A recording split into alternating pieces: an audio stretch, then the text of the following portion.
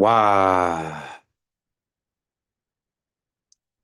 Pura vida, mi gente. Much love and respect. Thank you for tuning in, taking the time to be here and learn together. Let me know if you can hear me. What's up, Angeli? What's up, Angeli? Let me know if you can hear me, please. Whoever's there, just so I can confirm. I'm doing this from my phone, so there won't be no music today. No background music, guys. Just, you know. So I'm like screen sharing from my computer on Zoom, and I'm on my phone as a participant, and I'm sharing my screen from my phone. So this was kind of crazy to set up, but I think it's working. I just need your confirmation. Anybody in the live chat, that make sure you guys can hear me loud and clear. Okay, thank you, Tony. Thank you. So we good. All right, I'm gonna go get comfortable in my bed because I'm still dealing with the nerve pain I got, right? But we've been doing a lot better. Well, not really a lot better. What I mean is, I went to the Cairo again yesterday, emergency. Like I couldn't take the pain anymore, again. So he did some like real deep, real deep um, massages, and he put some electric acupuncture needles and all that on my back with the electric, and he put the tape, the medical tape on, and he gave me a real strong pain medication. I was able to finally sleep last night, finally. But as soon as I got up this morning, started cooking and everything, it kind of got a little painful again. But here we are. It's all good. As long as I'm lying down, I'm good. Like it doesn't really bother me as much. So we're gonna go ahead and finish the chapter that we were reading yesterday.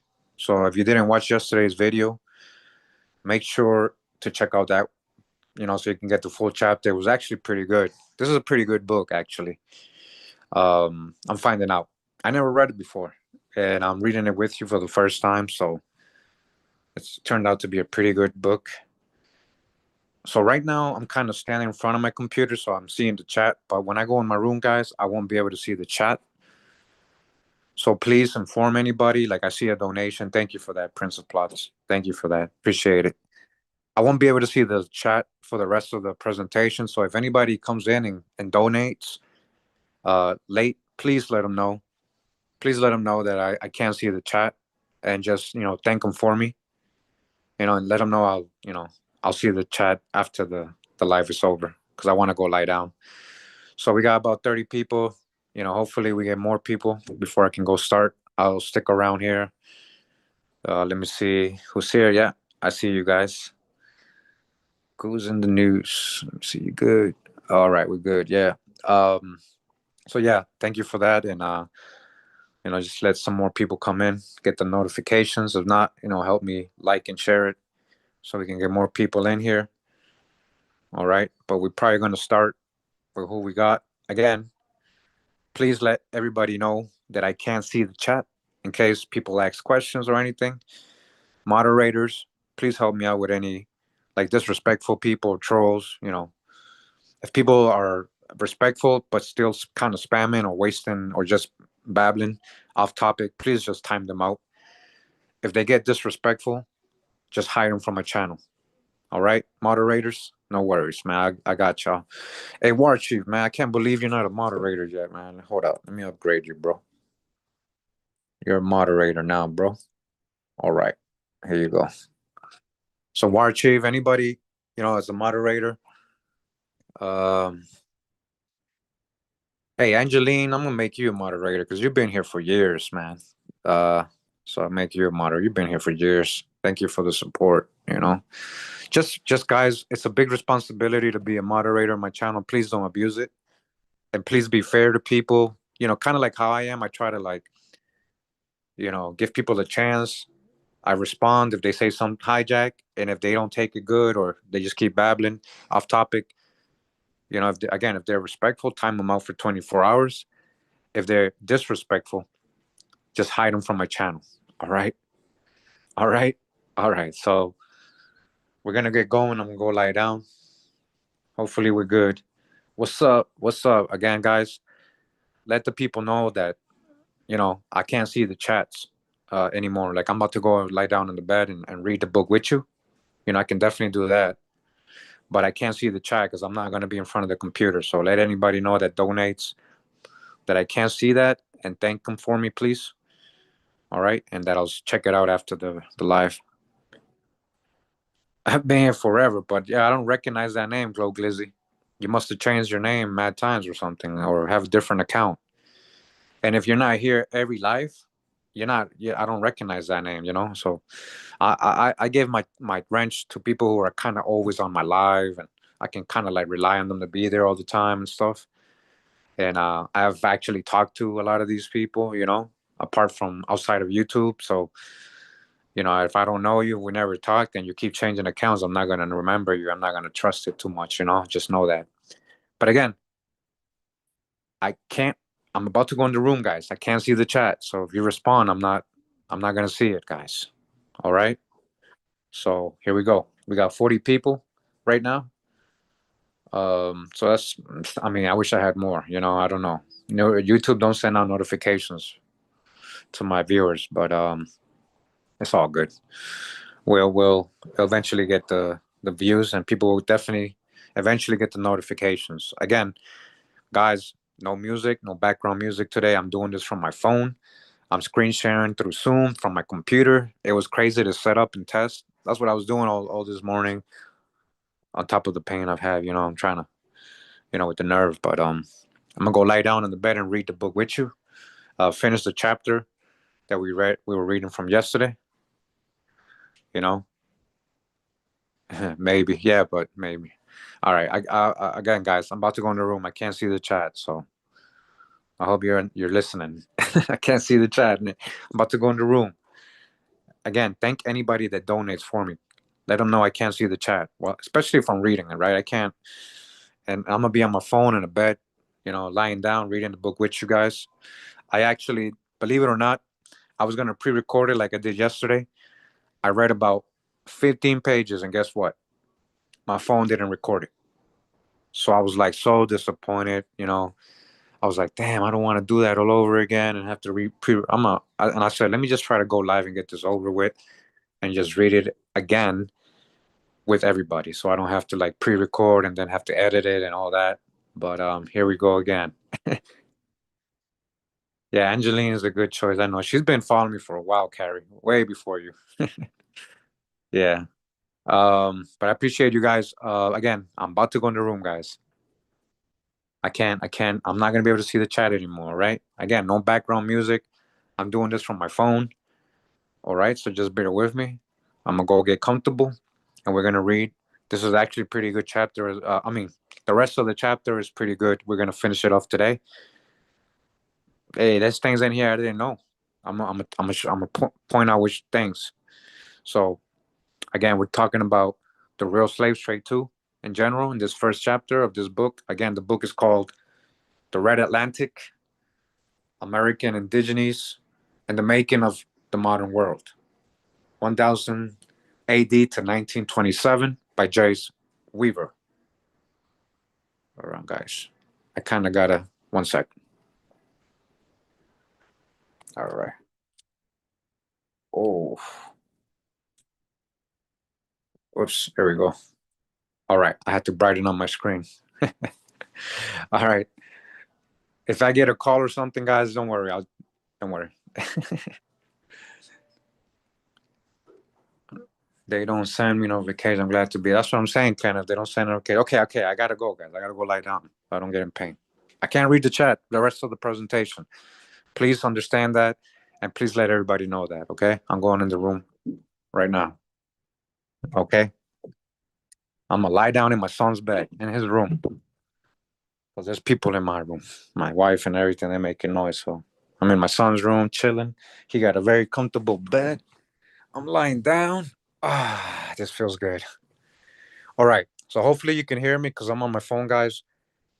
If you hear any crazy noise in the background, just bear with me. I'm on my phone. And again, we're gonna go ahead and read this. We're gonna go to where we left off yesterday. Okay. Let me see.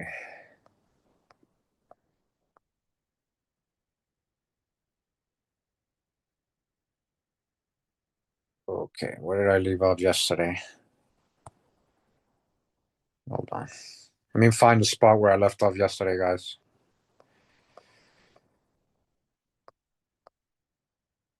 Mm-hmm. Uh-huh. Oh, okay. I'm in the wrong. Hold on. I know what page I left off. It's actually page 74. Right here. Hold on. Okay. Here we go. So we go to page 57 of this book. All right. I'm just gonna just to make sure, I'm gonna walk over to the computer real quick just to make sure you guys are seeing what I'm seeing and we're good. Okay, good.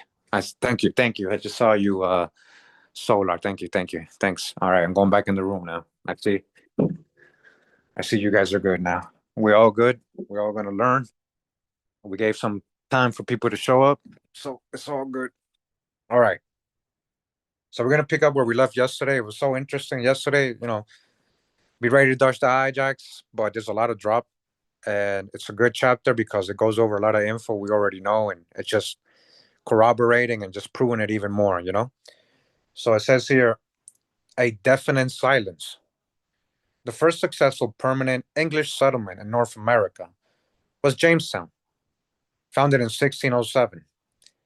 Plymouth Plantation was established in North Virginia in 1621. Now, why does it say North Virginia when that was in Massachusetts? Well, if you don't know, guys, most of the whole East Coast was called Virginia, if you didn't know that. So that's why they have North Virginia in parentheses. And they mean, Plymouth Plantation, Plymouth, Plymouth colony, right? Where the Pilgrims went. So that was in 1621, they're saying. Prior to that, however, English explorers regularly visited the Grand Banks and New England coast. Martin Pring visited the area in 1603. George Weymouth came in 1605. John Smith in 1614, as it did in what would become Newfoundland and Canada. Fishing played a major part. Smith established a fishing camp on Monhegan Island off the coast of Maine.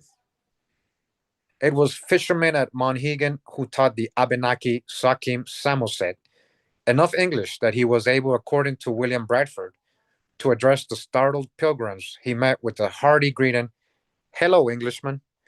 So that's interesting, right? By the time the pilgrims got there, they had already dealt with a lot of European so-called English people or English language, and they knew how to say hello. Hello, Englishman. But he didn't know probably the whole language. But hey, who knows? Maybe they did. All right. So Abenaki, we literally read the other day, if you guys saw the video and the other book, America Before Columbus, the unveiling by science of the Western Hemisphere, something like that. How the Abenaki are related to ancient Irish. That's what they were saying in that book. Remember, if anybody crossed the Atlantic first, it would have to be from the Americas. So just a reminder of that. It says Weymouth anchored off Monhegan on May 17th, 1605. Welcomed by local Indians, he lured 5 aboard his vessel and seized them. Tisquantum, better known to history as Squanto, all right, Squanto, the famous Squanto, his real name Tisquantum, Manita, Dehanda, Sketawaros, and Asakumet were taken to England aboard the Archangel. On July 18th, the ship arrived in Plymouth. It was here that an important figure entered their lives. Sir Ferdinand de Gorges commanded the harbor in Plymouth. According to him, it so pleased our great God that Weymouth came to his anchorage. He immediately took charge of the captives, sending Dehamda and Asakumet to Sir John Popham, the Lord Chief and Justice, and keeping the other 3. So, what's a recurring theme about these colonists? That they're not just exploring. This is not just expeditions. They're looking for slaves, guys. This was the thing they were doing. All these colonists were enslaving Indians, not Africans, right? And again, expeditions just meant slave raids. Though for the most part forgotten today, Sir Ferdinando looms large in the story of the Red Atlantic, both historically and, as we shall see, literally. He was deeply interested in settlement in the New World, and among those who do remember him is sometimes referred to as the father of English colonization in North America. According to Foreman, the New England natives had a profound effect on him. Gorges, who devoted himself to learning all he could from the Indians, came to the conclusion their country was well worth developing. He found that the Indians in his care were inclined to follow the manners of the better sort of people, and they displayed more civility than common English people. You hear that? They were more civilized. Huh. He kept them 3 years and had them describe the rivers in their land and men of note who lived on them, how powerful they were, how allied, and what enemies they had. Note the colonialist mind at work. Gorges kept the Indians in his care, in parentheses, 3 years to gain intelligence about their homeland. See? So when they were first coming, just like Columbus' first voyage we read yesterday and previous videos, it was an intelligence gathering expedition, right? Reconnaissance. They were spies. These people were spies, acting as spies as well. So they can bring the info back with them to Europe, and then they can come invade, right? As noted in the introduction concerning the latter visit of Tomochichi, the English were fascinated by these exotic creatures. That's what they call in the Indians, huh? All the more so because of this early date, they were such a rarity. Crowds followed them to gawk as they moved through the streets. In The Tempest, William Shakespeare has the jester Trinculo marvel. When they will not give a doit to relieve a lame beggar, they will lay out 10 to see a dead Indian. Wow. So these people ended up in the plays of William Shakespeare, so called William Shakespeare. They say he might be Francis Bacon, right? That's a whole other thing. The stories of these involuntary indigenous guests, right? Involuntary, they got kidnapped by force, so inflamed the imaginations of their captors that Gorges and Popham joined with them, with others to form the Plymouth Company in 1606. You see why they're creating these companies? They financed and outfitted an expedition to further explore the region, which departed in August of that year. Manida and Asakume accompanied them. Unfortunately, the ship was intercepted by the Spanish and never reached its destination. A second vessel, captained by Pring, was sent out 2 months later with the Hamda and Sketawaros as guides. So remember, Squanto was from the Patuxet, I believe that's how you say it, tribe. I think that was in Massachusetts or New England somewhere, right? Connecticut, I forget. Um, so just to know that, and you know how they're saying the Spanish intercepted them. So that's not every Spanish. It's not like they're saying Spain and England are at war. It was more like, in this case, the Catholic Spanish intercepted Protestant ships. In this case, they happen to be English. So it wasn't about England and Spain because there were Spanish people that the same Spanish Catholics were going after too. So that's a whole context that you got to know about that, right? Based on this reconnaissance, right? Spies, right? The company found, founded the so-called Popham Colony at the mouth of the Kennebec River in Maine in June 1607, only a few months after the settlement at Jamestown in the South. So you guys see, this is one thing I never heard of the Popham Colony really, and if I have, I don't remember. But they leave all this out of history, guys. Like they kind of start us out in Jamestown a little bit more. But anyways, only a few months after the settlement at Jamestown in the South. So this was a few months after Jamestown. The colony lasted only a year.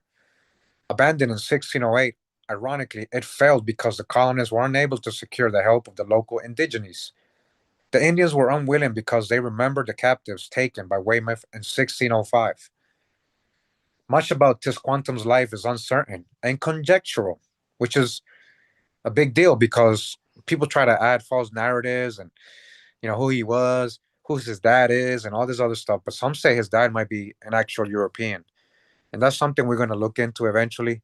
I don't like just doing conspiracy videos. I like to prove things. So until I can actually prove it, I think I have read a good source on it. I just can't remember. I never got into it, but he might have already been one of those half Indians, from previous visits. And we're talking about not the English, but the Portuguese and Spanish, so-called, right? These cryptos, they were in the Americas since the 1500s, guys. The Portuguese were in Newfoundland in 1501, and other places down. They just don't. They kind of sugarcoat their history. They don't really tell us about that, right? So, anyways, let's continue. It says it is surmised that he returned to North America in 1614 with John Smith.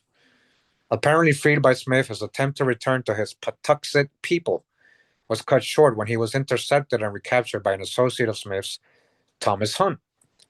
Hunt took 24 Nauset and Patuxet captive, all right, so another enslaver, sailing to Malaga in Spain, all right, so they brought them to Spain to sell them into slavery, right, as slaves, chattel, property, not Africans, right?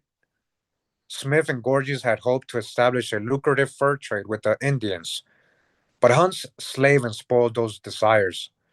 Sir Ferdinand wrote, "One Hunt, a worthless fellow of our nation," they talking bad about him, "set out by certain merchants." Who's the merchants? That's what I'm trying to tell you. Who's financing this really? Who owns the chips? Those are the crypto Jews, crypto Muslims. These are your so-called merchants at the time. So they financed Hunt, right? They set him out for love of gain, who, not content with the commodity he had by the fish and peaceable trade, he found among the savages. After he had made his dispatch and was ready to set sail, more savage like than they, seized upon the poor innocent creatures that in confidence of his honesty had put themselves into his hands. So that's one recurring theme, how the Indian good people, they trust people, they're trying to be nice to the visitors, and then they end up betraying them, right? The Europeans. And look how it says that he was less civilized than the Indians, right? And that's the truth. A lot of these Europeans weren't really civilized at all. With the help of some friars, Tisquantum apparently made it back to England, where it is believed he was indentured to John Slaney, the treasurer of the Newfoundland Company. So, I mean, just picture this life of Squanto. Like, he got kidnapped, he got taken to Europe, he came back. Now he's going back to England as an indentured servant, right? That's the real slavery to this guy, John Slaney, the treasurer of the Newfoundland Company, a whole other settlement, right, that we don't really get much info about. The kidnappings of captives by Weymouth, Hunt, and others enraged natives up and down North America's northern Atlantic coast. Europeans were no longer welcome with profitable beaver trade, as an unwitting French captain and crew were discovered in 1617, when their ship was burned and almost everyone killed. A few were enslaved by the Nauset. All right, so they got their little payback back. Nobody's feeling sorry for them.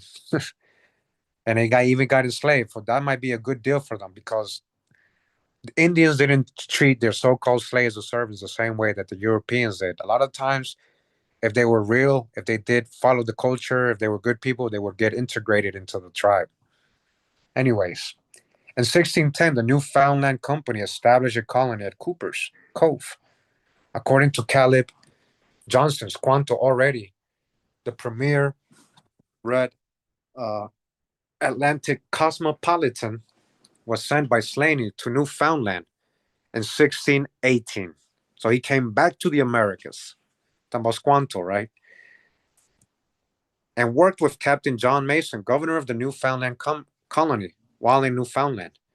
Tisquantum encountered a ship's captain by the name of Thomas Dermer, who had worked with Captain John Smith. Dermer was employed by the New England Company, headed by Sir Ferdinand de Gorges.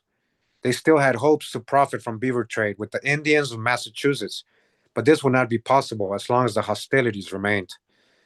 Thomas Demur recognized that Tisquantum, who had now been living with Englishmen for a number of years, could act as an interpreter and peacemaker between the English and the still enraged Indians of Patuxet and Nauset. He sent letters off to Sir Ferdinand de Gorges, expressing the good use Tisquantum could be put to, and Gorges had them come back to England to discuss their plans. In 1619, in the company of Dermer, Squanto embarked on what was presumably his sixth transatlantic voyage. Wow, you see how many times he went back and forth? In an attempt to reestablish peaceable relations and the fur trade with the coastal tribes. Tragically, on his return to Patuxet, he was met with only a deafening silence. I know that what they're about to say. This part of the story is what they put in Disney. You know, like how he came back and his whole town was gone. All his people are gone. And they're going to say it was disease, but guys, they got heavily enslaved and murdered too, right? He covered that the most numerous and European colonizers, germs, had exterminated his people. I had dodged the hijack, slavery too. His tribesmen were dead, and his village was deserted. The common culprit is assumed to be smallpox. Another candidate is tuberculosis. Most recently, it has been speculated that it was leptospirosis. But again, you see how they're guessing? They're just trying to fill in the atrocities they did, the enslavement of the people, because it was illegal a lot of the times. They try, oh, they died from disease. That's why they try to explain to us all the time, right? But they enslaved so many thousands and thousands, eventually reaching millions of Indians. Squanto's experience on his return home was all too common. Virgin soil plagues ravaged native nations and depopulated the landscape. Historian Francis Jennings, in his influential study, The Invasion of America, Indians, Colonialism, and the Cant of Conquest, writes, the American land was more like a widow than a virgin. Europeans did not find wilderness here. Rather, however, involuntarily, they made one. You guys understand that? It's not that it was just wilderness. What they're trying to say is it was heavily populated. It wasn't just wilderness. But eventually, they created only wilderness because they got rid of the people. The wilderness here, rather, however, involuntary, they made one. The so called settlement of America was a resettlement. What? The so called settlement of America was what? A resettlement. They found it here. They found towns here, guys. A reoccupation, huh? Of a land made waste by diseases and demoralization introduced by the newcomers. And again, by slavery.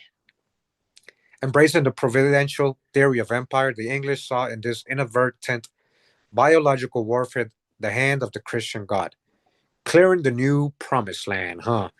So that's very important. And I mentioned it yesterday, like Columbus, all these people, like they thought they were doing a holy thing, guys. They really thought they were the Deuteronomy 28 guys that were supposed to come and punish the Indians, right? They had fallen off or whatever, or they're heathens or they're Gentiles or whatever they thought.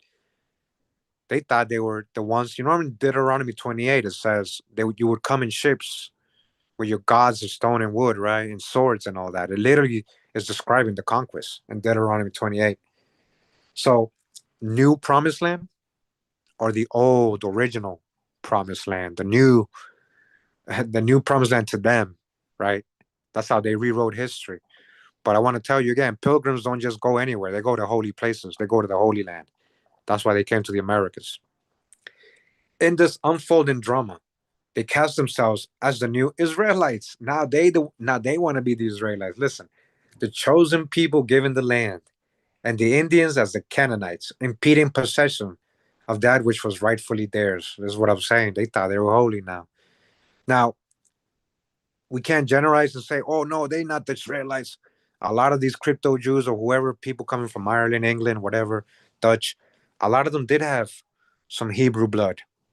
So right, we can't rule that out. It's just, in their mind, they're doing their whole Christian hijack, and they're looking out for their people, not the Indians. So hey, man, Most High works in many ways, right? A week after Samuel had greeted the suffering pilgrims in their own language, he returned with Tesquantum, who spoke it fluently. The, per- the peripatetic Squanto settled with the colonizers on the site of his former village. Wow, he's living where all his people got murdered. While Tisquantum was undertaking his numerous voyages, Sir Ferdinando became involved with another captive. This encounter did not turn out so well for the colonial strategist. In 1611, 6 years after George Weymouth grabbed Tisquantum, and his companions, Captain Edward Harlow, seized 5 other Algonquin-speaking coastal natives. Where we go, another enslaver. All these colonists, guys, that's what they're doing. This is business. That's the commodity.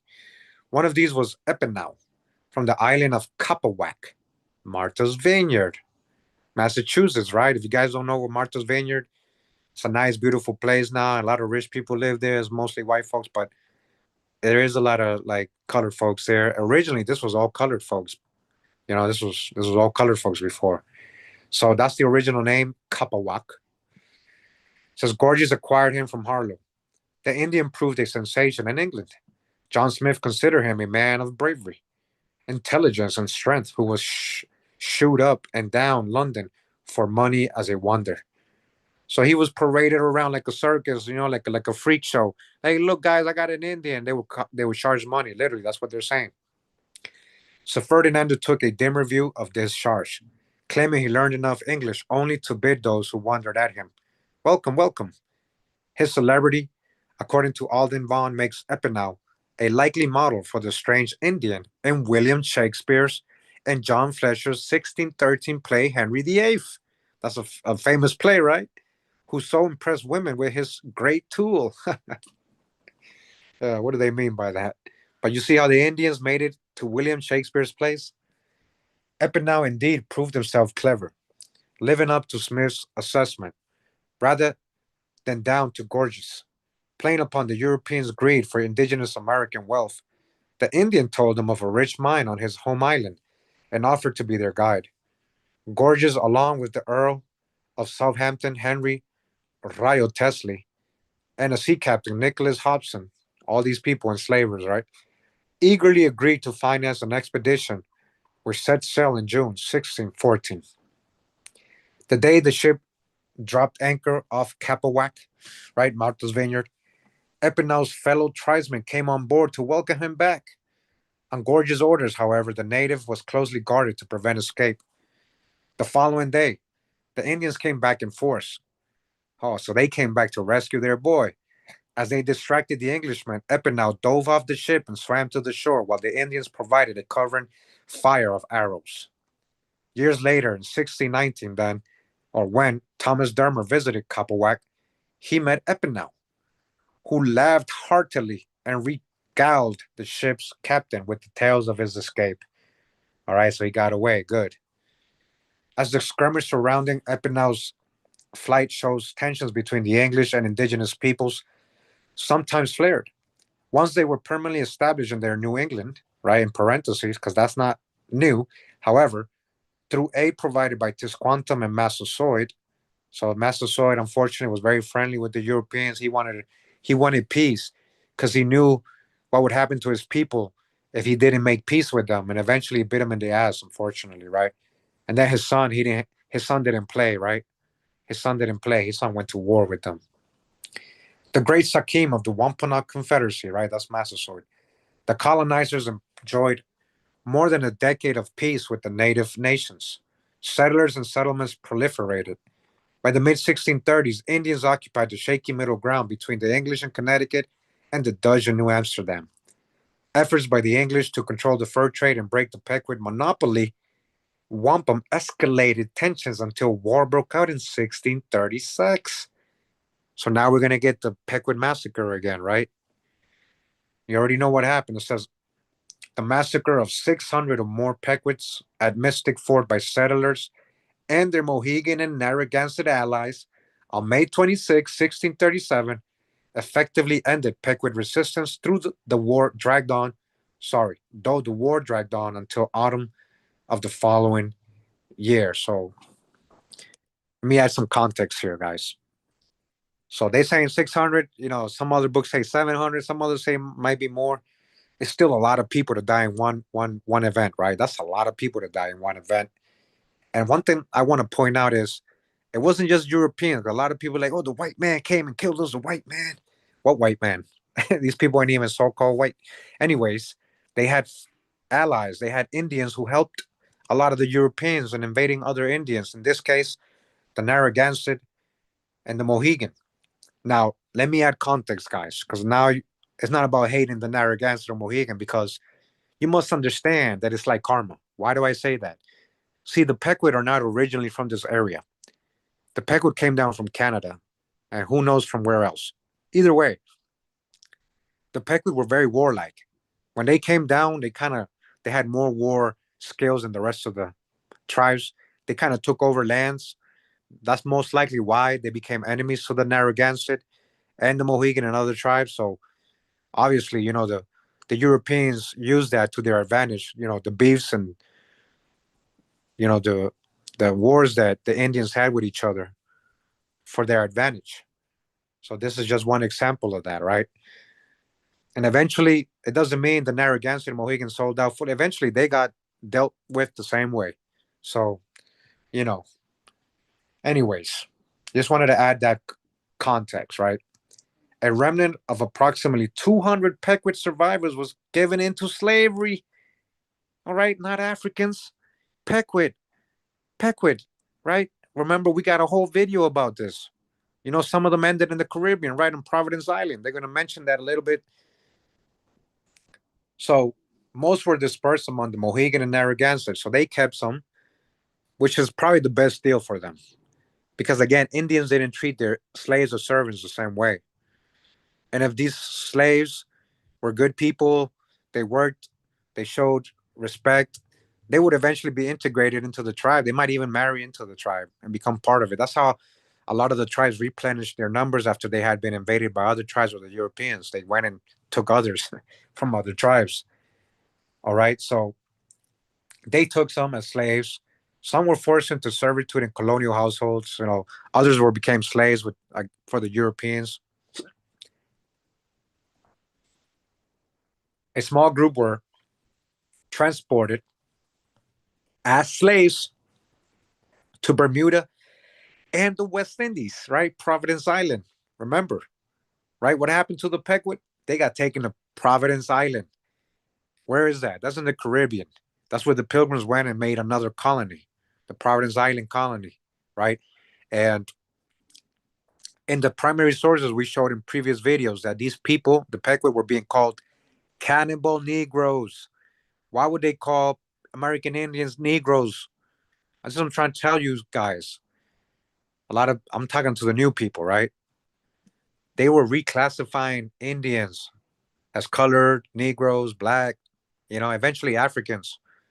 That's what they became, especially these Pequot who went to Providence Island. That's between Nicaragua, Costa Rica, and Jamaica, right? Kind of in the middle of these three countries in the Caribbean. And eventually they got raided by the Spanish Catholics because they're Protestants. Remember, these are new Christians, conversos, cryptos.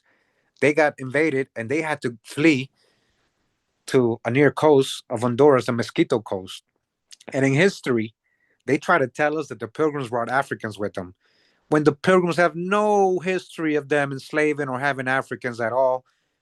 And we know, and we traced it, we showed the primary sources of the Pilgrims that ended up in the Mosquito Coast were the ones from Providence Island. And those people came from New England with Pequot slaves, not Africans. So this is something big. I need you guys to remember. I need you to realize. And this happened so many times to so many other Indians, massively on a large scale, paper genocide. All right. So this is very important detail here to understand. And most Pan Africans don't do real research. Right. So they go over to Providence Island, right? They're being taken to the West Indies, right? John Mason, the commander of the Connecticut militia at Mystic, once again recognized the divine intervention, writing, "Let the whole earth be filled with his glory." That's the hijack. That's they talking about Jesus. Thus the Lord was pleased to smite our enemies in the hinder parts, and to give us their land for inheritance. The hinder parts, the the hidden parts, the secret lands. So they really believe this stuff. This is what I'm saying, guys. They thought they were doing something holy, but they were just literally committing genocide, enslaving people, and taking people's land by force. So native survivors of King Philip's War in 1676, King Philip Metacomet, right? That's his real name, endured similar fates. Hundreds were carried away into bondage. Hundreds were carried away from King Philip's War, right? Hundreds were as slaves to bondage. Bondage, where? On what? On ships, right? Deuteronomy 28. Bondage, Egypt, bondage, back to Egypt, back to bondage on ships, right? Deuteronomy 28. 178 to Spain. Wow, they got to Spain, right? All the way to Europe, and even a few to Morocco, even to North Africa, right? This is a whole other account. We're going to trace this. We're going to get the primary source for that eventually one day. You know, many Indians were taken to North Africa. We got a lot of drop before on this on other videos. A reverse middle passage that they don't tell us about in school. We don't know nothing about this. They got us fooled. They got us brainwashed, man, heavily stuck in a spell. We're victimizing the wrong people and not acknowledging the real victims. And that's as real as I can say that. I don't care how anybody feels. I'm talking about real history here. Most like Metacomet's wife and son were dispatched to the Caribbean, where they were sold. Okay, listen, Metacomet's wife, the queen and the prince, they were sent to Providence Island. Again, these people were called cannibal Negroes. I can't. This is history. It's written down in primary sources. I don't care what you think. It's real. They were sold as slaves, chattel property. Just they were saying it was Africans, but it was again Indians, and you already know Black Europeans or undesirable Europeans, any color coming over. Reverend John Cotton cried out, "What was the fate of King Philip's wife and child?" They must have ended up in the Mosquito Coast, I would say, because if they ended up in Providence Island, that's where they ended up in Honduras, with mixing with the mosquito. They surely did not hang them. No, that would have been mercy. They were sold into the West Indian slavery. West Indian slavery. All right. They wasn't Africans. They've been lying to us all our lives, guys. They never told you this stuff. Trust me, the numbers do add up eventually. If you've been here the last 9 years, you should already have, you see it's millions. They were sold into the West Indian slavery. Slaves. An Indian princess and her child sold from the breezes of Mount Hope, from the wild freedom of a New England forest to gaps under the lash beneath the blazing sun of the tropics. Bitter as death. Hey, bitter as hell. Yeah, right. Let me just go walk over to the computer real quick, just making sure this is kind of running. All right, I see that it's still running. You guys still hear me? I see everybody in the chat. Okay. Now, guys, if you don't know, if you came in late, I'm actually lying down on my bed reading this, so I'm not looking at the chat. So if you say anything or if you donate or anything, I can't see it. If you do, thank you. And I can't answer any questions. I'm not looking at the chat. So let's continue. It says, no ordinary galley slave. Okay. What are they talking about? Galley slaves. These are the kind of like people that were like paddling and these huge ships in the bottom. They were the ones being used. Okay. So it says, throughout the 17th century, war captives like those of the Pequot War and King Philip's War supplanted the randomly snatched natives of the Age of Discovery as transportees into slavery. Throughout the 17th century, okay? Throughout the 1600s, they're grabbing Indians and making them slaves. And this so-called Age of Discovery. And again, you cannot, I said it yesterday, you cannot discover a place that has millions of people already in it. Make it make sense. That's why they have it in parentheses, Age of Discovery. These weren't expeditions. These were slave raids. We've gone over this. They admitted this in historical books, anthropological books. They said this weren't expeditions. These were slave raids. Yeah, the same ones they said they were doing in Africa. No, that was happening here. That was happening here. They served in the galleys of France, okay? And were shipped to Europe, Barbados, Bermuda, Curaçao, and Trinidad, okay? So a lot of people who are in these places are descendants of these Indian slaves, not Africans. And I bet you a lot of the people think they're African in these places. I know a lot of good people that follow me for years and from these places, so I know they know the history. But I mean, if you don't look, guys, this is what I'm saying. If you see, oh, his mom is a native Arawak and his dad is a Negro slave, that doesn't mean they're from Africa. They could be one of these captives. It's what I'm trying to tell you. It's what I've been trying to show you all these years. Okay, you guys get it? You're starting to get it? Refugees from the Yamasee War in Georgia in 1715 fled south into Spanish held Florida. Okay. Some eventually wound up in Cuba. In Cuba. So a lot of Cubans are Muskogee speaking people, so called Creek, so called Yamasee. All right. Some of these would be lucky enough, like Tisquantum, to find their back across the ocean. Most would not. Like the progeny of the HMS Bounty mutineers on Pitcairn Island. Descendants of these wayward Indians can be found living in these places to this day. Yeah, wow. And I bet you a lot of these descendants think that they're melanated because they're African, not knowing that they might be Indian or what type of Indian, where these Indians are coming from. They might think they're just local Indians, right? One who did make it back was Aure Hawaude or Tawerahet, a Cayuga chief, all right? Cayuga Indian, Aure Haude. Now he has a very interesting story, guys. You're gonna see how crazy it is. I told you I read this earlier and it didn't record, so that's why I'm doing it live. So I already read all this, but anyways, I'm doing it again with you guys. So this guy on June 17, 1687, Jean Bonchard de Champigny, the intendant of Nouvelle France or New France, captured a group. That's in Canada, right? Captured a group of Cayuga warriors near Fort Frontenac at the mouth of the Cataraqui River. Wow. So you see, another enslaver, Jean Bochart. These are all enslavers. These guys were all committing slave raids. All these colonists. That's what the thing was going on. He reportedly lured others into the fort, promising a feast, but imprisoning them instead. You see, the Indians naively and trustworthy, giving them too much trust, they got backstabbed and then enslaved and sent out different parts of the world, right? And then becoming so-called Negroes and Africans. Paper genocide. I'm going to keep reminding you of that. I'm reading it right now. I'm showing you.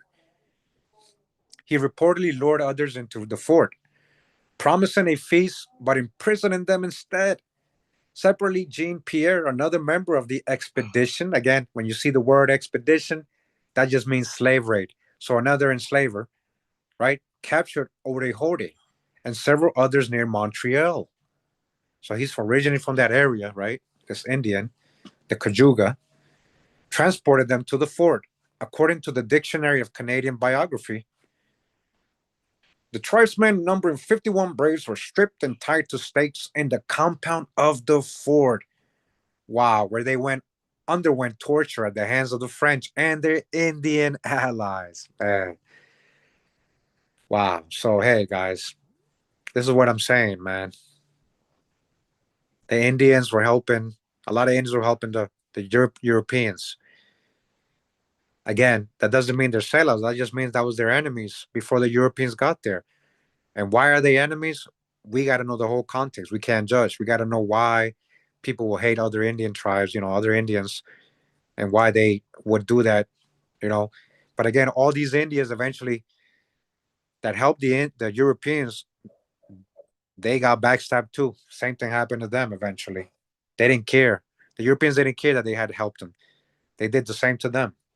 Okay, so these people are getting tortured. You see, how civil are these people? How Christian are they? How Catholic are they? See what they're doing to the Indians? On the return of the invading French army from Iroquois, the captives were transported down the St. Lawrence River to Quebec City, leaving behind them 150 helpless women and children. Damn. I can only imagine what happened to these people, right? With no protection from their warriors, from their men. Pierre-François Javier Charlevoix, in his 1744 Histoire de la Nouvelle France, reports that King Louis XIV instructed Joseph Antoine Lefebvre de la Barre the governor general of New France, to reduce the number of warriors of the Haudenosaunee, right, the original name of the Iroquois Confederacy, by sending captives to France as galley slaves. Wow, man. Who? Who? Louis the 14th? Who is that? You guys know I had a video on him, right? You know, that's a black man, right? So-called black man, so-called Negro, whatever you want to call him, melanated. We the melanated people, right? Black man. That's what he was doing, right? Black on black crime. More and more war. Shout out to Drop, man. Shout out to Con Drop, man. This is what I'm trying to tell you guys. Us kinfolk ain't kinfolk, and everybody want to play the victims, but you might be a descendant of King Louis the 14th, especially. I'm gonna tell you right now, especially if you claim Wachita Moors. Why am I saying that? Go watch my Wachita video. Go watch my Wachita Moors video. See, this is the thing you guys leave out, and you're biased and you're one-sided, and you think you're 100% something, not knowing that we all mixed. You guys are both American Indians and Black Europeans. You guys carry the surnames of the Black Europeans who brought it. They mix heavily with American Indians. That's real history. You just got to embrace all your ancestors, right? And you got to see, and you got to learn from history so we don't repeat it. But you can't leave this out. You got to have the whole story, the whole context. Can't be biased because they were Black Europeans doing this to so-called Black Indians or colored Indians, right? Whatever you want to call them, melanated, right? Copper colored, swarty, whatever word you want to use. So King Louis the 14th, right? So-called black man. They were sending all these slaves, right, to France. You see, they didn't teach us none of this in school, guys. They didn't teach us none of this in school. They didn't tell us that these so-called slaves paddling these huge ships and the right that were Indians. They made us think these were all African people. This is what I'm trying to tell you guys. You're missing a lot of context. Anyways, let's keep going. Delabarre's successor, Jacques René de Brissac de Donville, ordered the Haudenosaunee, the Iroquois from Fort Frontenac, transported to France for the king's galleys. All right, Ari Hori among them. So even Ari Hori, this chief of the Cayuga, was one of them. He ended up a slave paddling in these ships in the galleys, right? The action made the French hated among the Iroquois. Shipped to Marseilles, Ari Hori spent 2 years at the oars on the Mediterranean. See? Wow. Wow, guys. See, that's what I'm trying to tell you guys. Like, so this chief is a slave, right? In history, they told us these were all Africans. When probably a lot of these, most of these were Indians that the French were using. That's big right there. That's a big detail people don't know. The savage warfare that resulted from the Fort Frontenac incident terrified the French. In August 1689, Haudenosaunee warriors attacked at La Chine, cutting off the fort. Brissac abandoned the fort and ordered it torched. Louis recalled Brissac, replacing him with Louis de Baud de Frontenac, Governor General previously from 1672 to 1682. Comte Frontenac arrived in Quebec City on October 15th. With him, on orders from King Louis, the so-called black man, were the 13 surviving Cayugas, including Ori Hori, gorgeously clad in French attire. So, in this case, this person, Ori Hori, the Cayuga chief who was a slave in these galleys, eventually made his way back. He made his way back to Quebec. He survived the slavery years in the Mediterranean. And he was dressed like a Frenchman now. So, most likely his status has changed. In Ori Hori, we see the dark side of cosmopolitanism and the Red Atlantic. What do they mean by that? It says, according to Francis Parkman, Frontenac, hoping that the respected chief could be useful in reaching an accommodation with the Haudenosaunee or the Iroquois, worked on him during the voyage, gaining his confidence and goodwill. Arriving in Quebec, Ori Hori, the former galley slave, all right, remember he's a Cayuga Indian, disembarked in his French frippery a victim of what modernly we would call Stockholm Syndrome. Uh oh.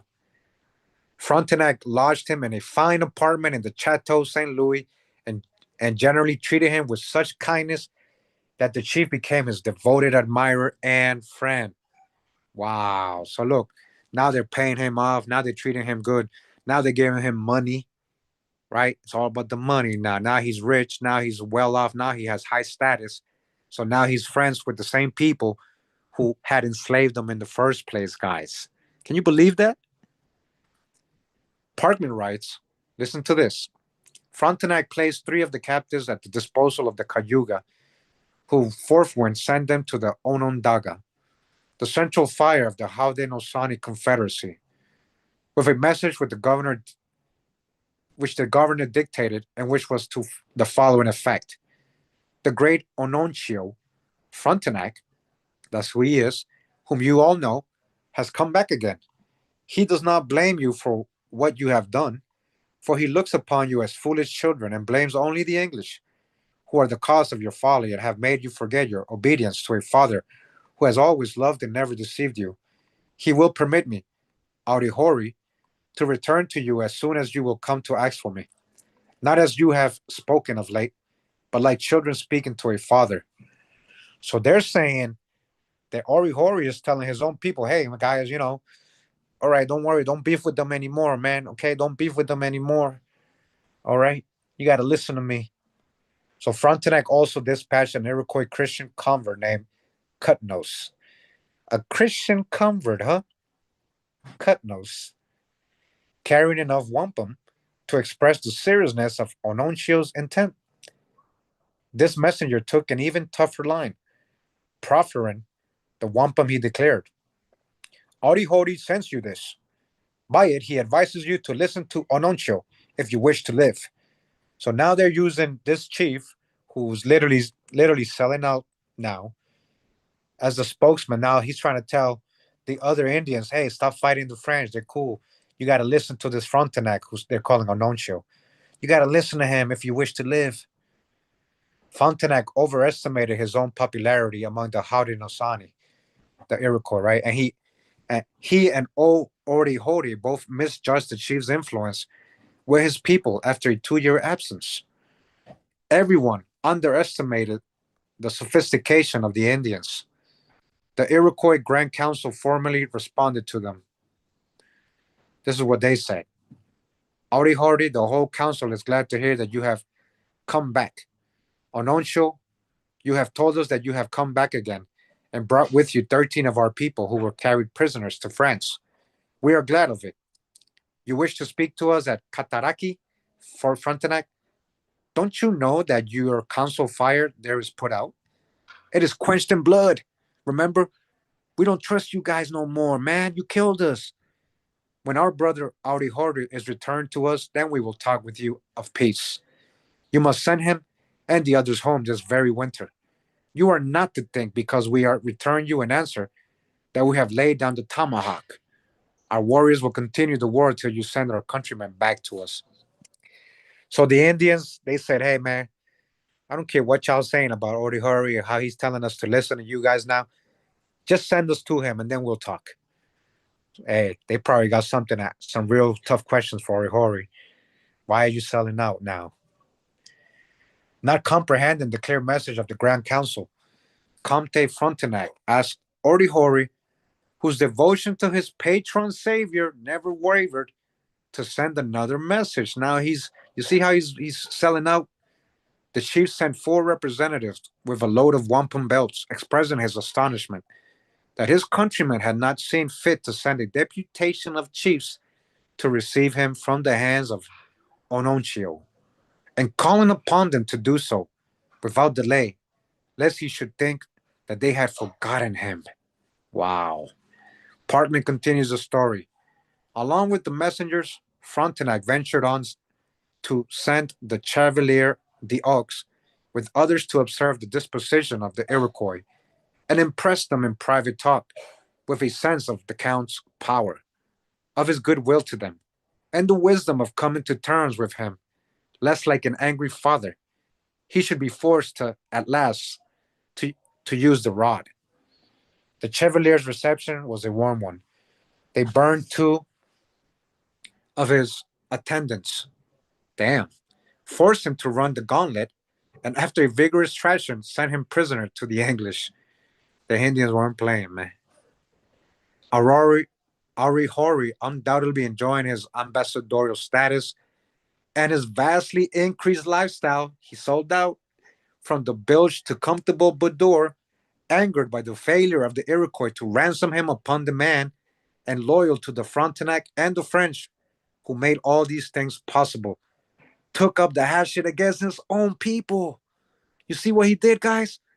Participating in a series of retaliatory raids. He sold out big time. I can't believe that somebody would get enslaved by the same people, you know, made a slave, go for 2 years in the Mediterranean as a galley slave, and now because they're giving him all these riches and making him live all luxurious and not bothering him and stuff, now he sold out his own people, man. I can't believe this, man.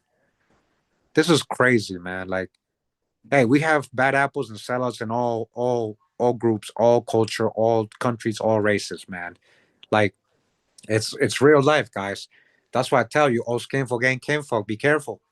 You can't just trust people based on complexion or what they, or because they look like you, or because you think they're the same as you. You have to have discernment. You got to know people's hearts, guys, not just what they're saying. So he took up the hatchet against his own people, man. Though he recrossed the Atlantic to come back to North America, he never returned home. So he never went to where his tribe was living. Remember, he got taken from Montreal. He was pensioned by the Sun King, died at Quebec City, and was mourned by Frontenac and eulogized by the church. Wow. So he got pension. He received a pension from King Louis XIV, the black man, for selling out his own people, right? He got rich, guys. This is what I'm trying to tell you. He sold out, literally. And not only that, he became a saint. The church eulogized him. They made him a saint. This is the people they make saints. The people who murder for them. The people who murder for the Catholic Empire. Holy Roman Catholics. Make them saints. So who are your saints really? Who are these saints you're praying to? Who are these saints you're doing your voodoo things to? Man, much of the Oglethorpe, much as the Oglethorpe acted as a pallbearer for Tomochichi, who was celebrated there by his white friends. Wow. Damn. It says, while Orihori and his fellow Cayugas were captured by Frenchmen and shipped across the Atlantic, one should not think that natives were totally without agency in the Indian slave trade, as it helped create the Red Atlantic. In his article, A Little Flesh We Offer You, The Origins of Indian Slavery and New France, that sounds like a good article.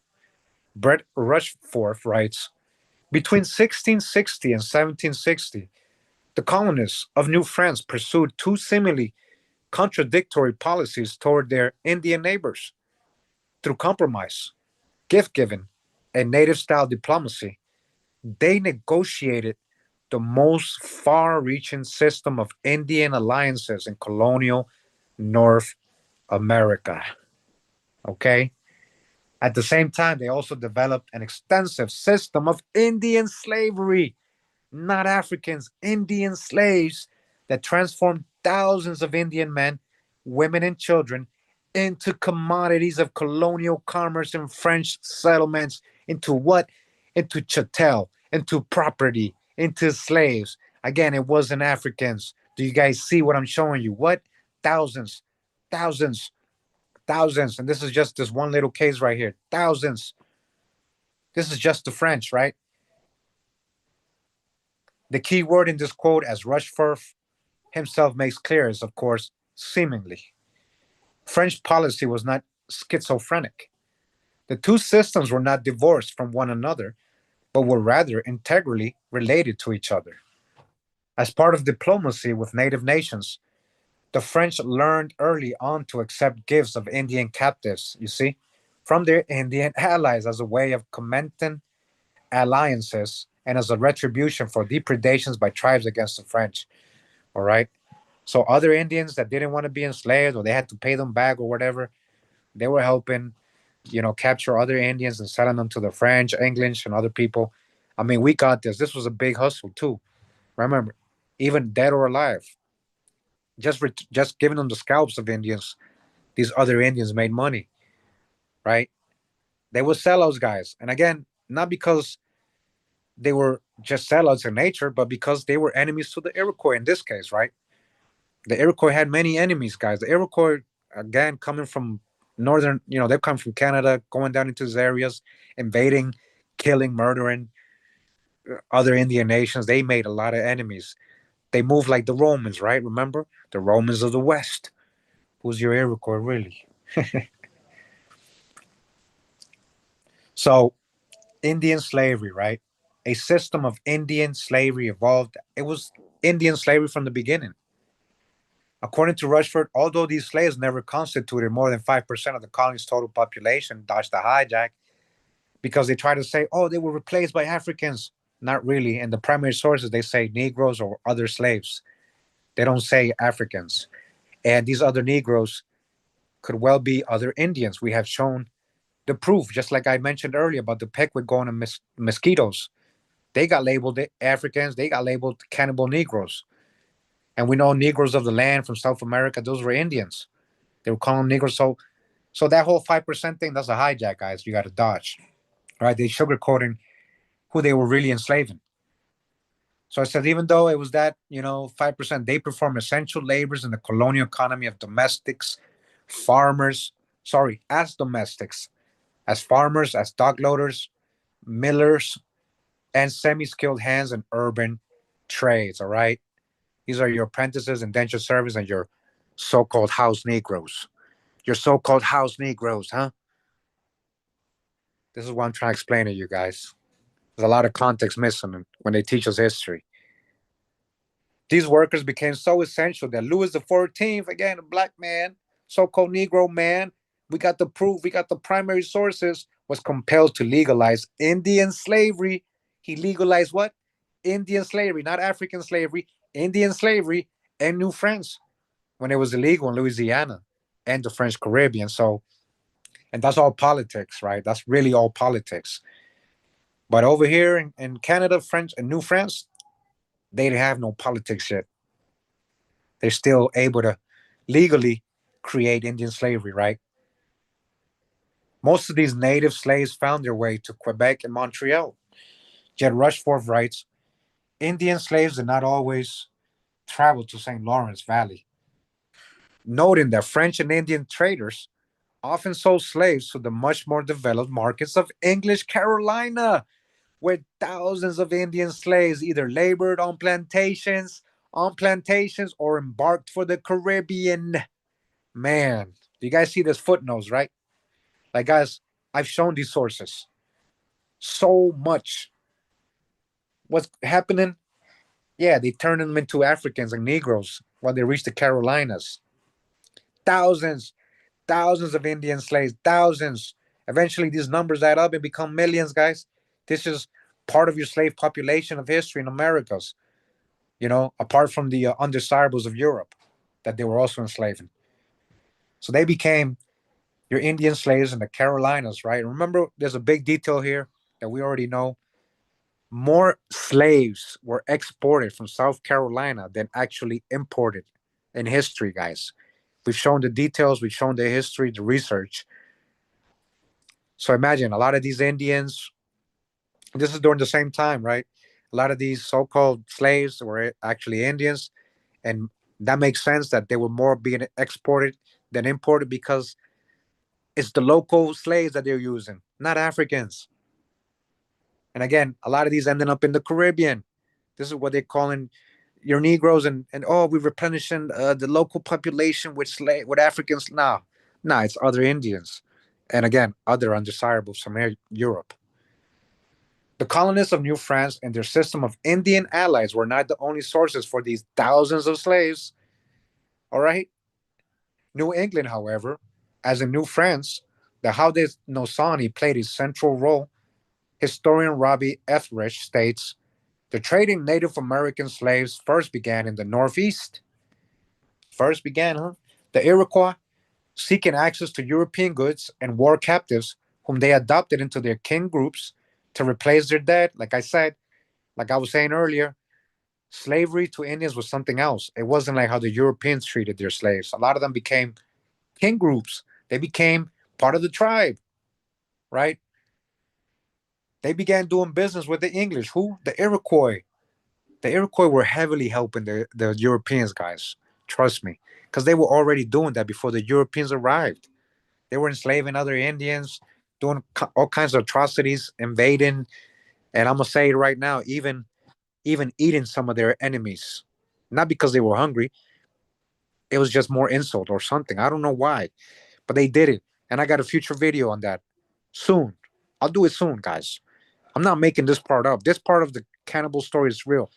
Not that all Indians were cannibals and the caribou. That's all a lie. But there were some Indians like Chief Doublehead of the Cherokee, so-called Cherokee, who did it. Look it up. Google it right now. You'll see I'm not making it up. I'm not making this up. I got the book and everything. We're gonna read it one day. Yeah. So the Iroquois were helping the English, the French, and the Dutch traders in the first few decades of the 17th century. Almost immediately, this trade created a shatter zone of regional instability from which shockwaves radiated out for hundreds of miles. Wow, they had a major effect on the East Coast, the Iroquois helping the Europeans in slavery and enslaving the Indians. It spread for miles. This reminds me of the Westos. And believe it or not, earlier when I was reading this, I said this in my head while I was recording. I was like, this is just like the Westos. The Westos had so much damage, uh, created so much damage, caused so much damage to other Indians, and their slave raiding was so heavy. The Westos were helping capture Indians for the Europeans, and it's literally about to mention that. It's literally about to mention that. It says from New England, the trade moved south. In the Southeast, in particular, opportunistic coalescent societies or recombinant neo tribes like the Westos, like I just said. Remember, we got a whole video on this. The Westos became slavers. The Westos became slavers, raiding neighboring groups to secure their merchandise. Huh? Alan Galley estimates that more than 50,000 native slaves passed through South Carolina between 1670 and 1715. So this is what I'm saying, guys. And they're only counting the ones that were officially still declared Indians, not the ones that already had been reclassified as Negroes or Africans. So they're missing a whole bunch of numbers here. A lot of context missing here. Those numbers of 50,000 are large, are way more, way more, way more. All right. So again, South Carolina, right? More Indians or more slaves got exported than imported in history there. And this is during the same years. You see, it's all Indians. It's all Indians, man. Yeah. All right, guys. I'm not gonna end it yet. We're still gonna continue. I'm just gonna put on some socks in my feet real quick, guys. Hold on.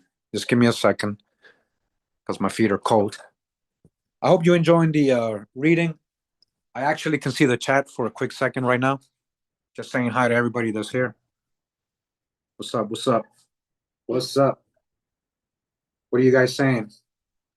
Are you guys enjoying the reading so far? You guys enjoying the reading so far? 1 second. 1 second. Be right with you.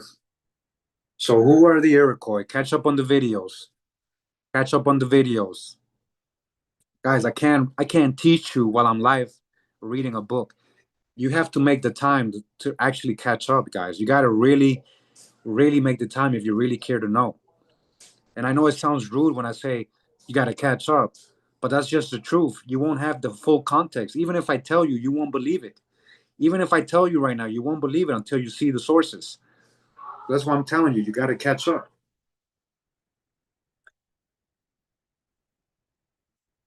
All right. Thank you for letting me know that you're enjoying it. Yeah, I'm putting on socks. Let me actually put on my sweater as well. All right, let me hold on. Yeah, guys, sun went down and it gets cold here. Hold on.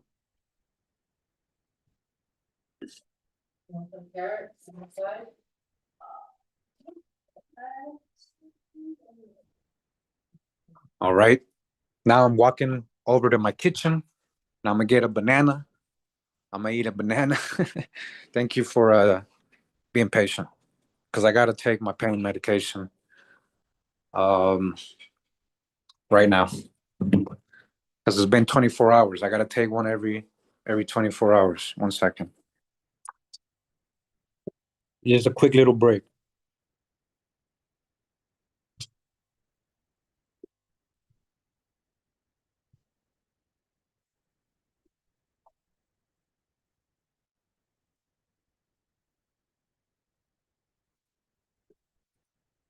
You guys can talk, it's all right.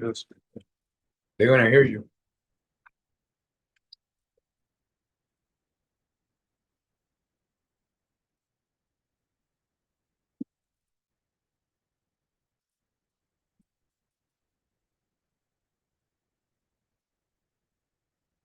I'm almost there, guys. I'm almost ready again. Thank you for your patience. I'm dealing with something right now, guys. So I'm dealing with a pinched nerve on the back of my shoulder that extends, that makes the pain go all the way down my arm, my left arm. So I'm starting to finally feel some kind of sort of relief. I went to the Cairo emergency again yesterday, and he did some really good treatment. And he gave me a real inflammation and painkiller, like a stronger one. It's helping me deal with it a little better.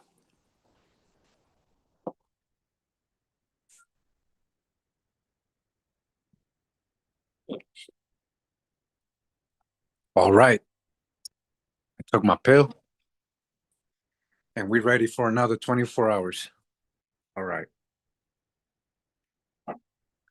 Sorry to hear that, Laverne. Okay, guys, I'm gonna go back to the bed. I can't see the chat anymore. I'm gonna continue reading now. Okay.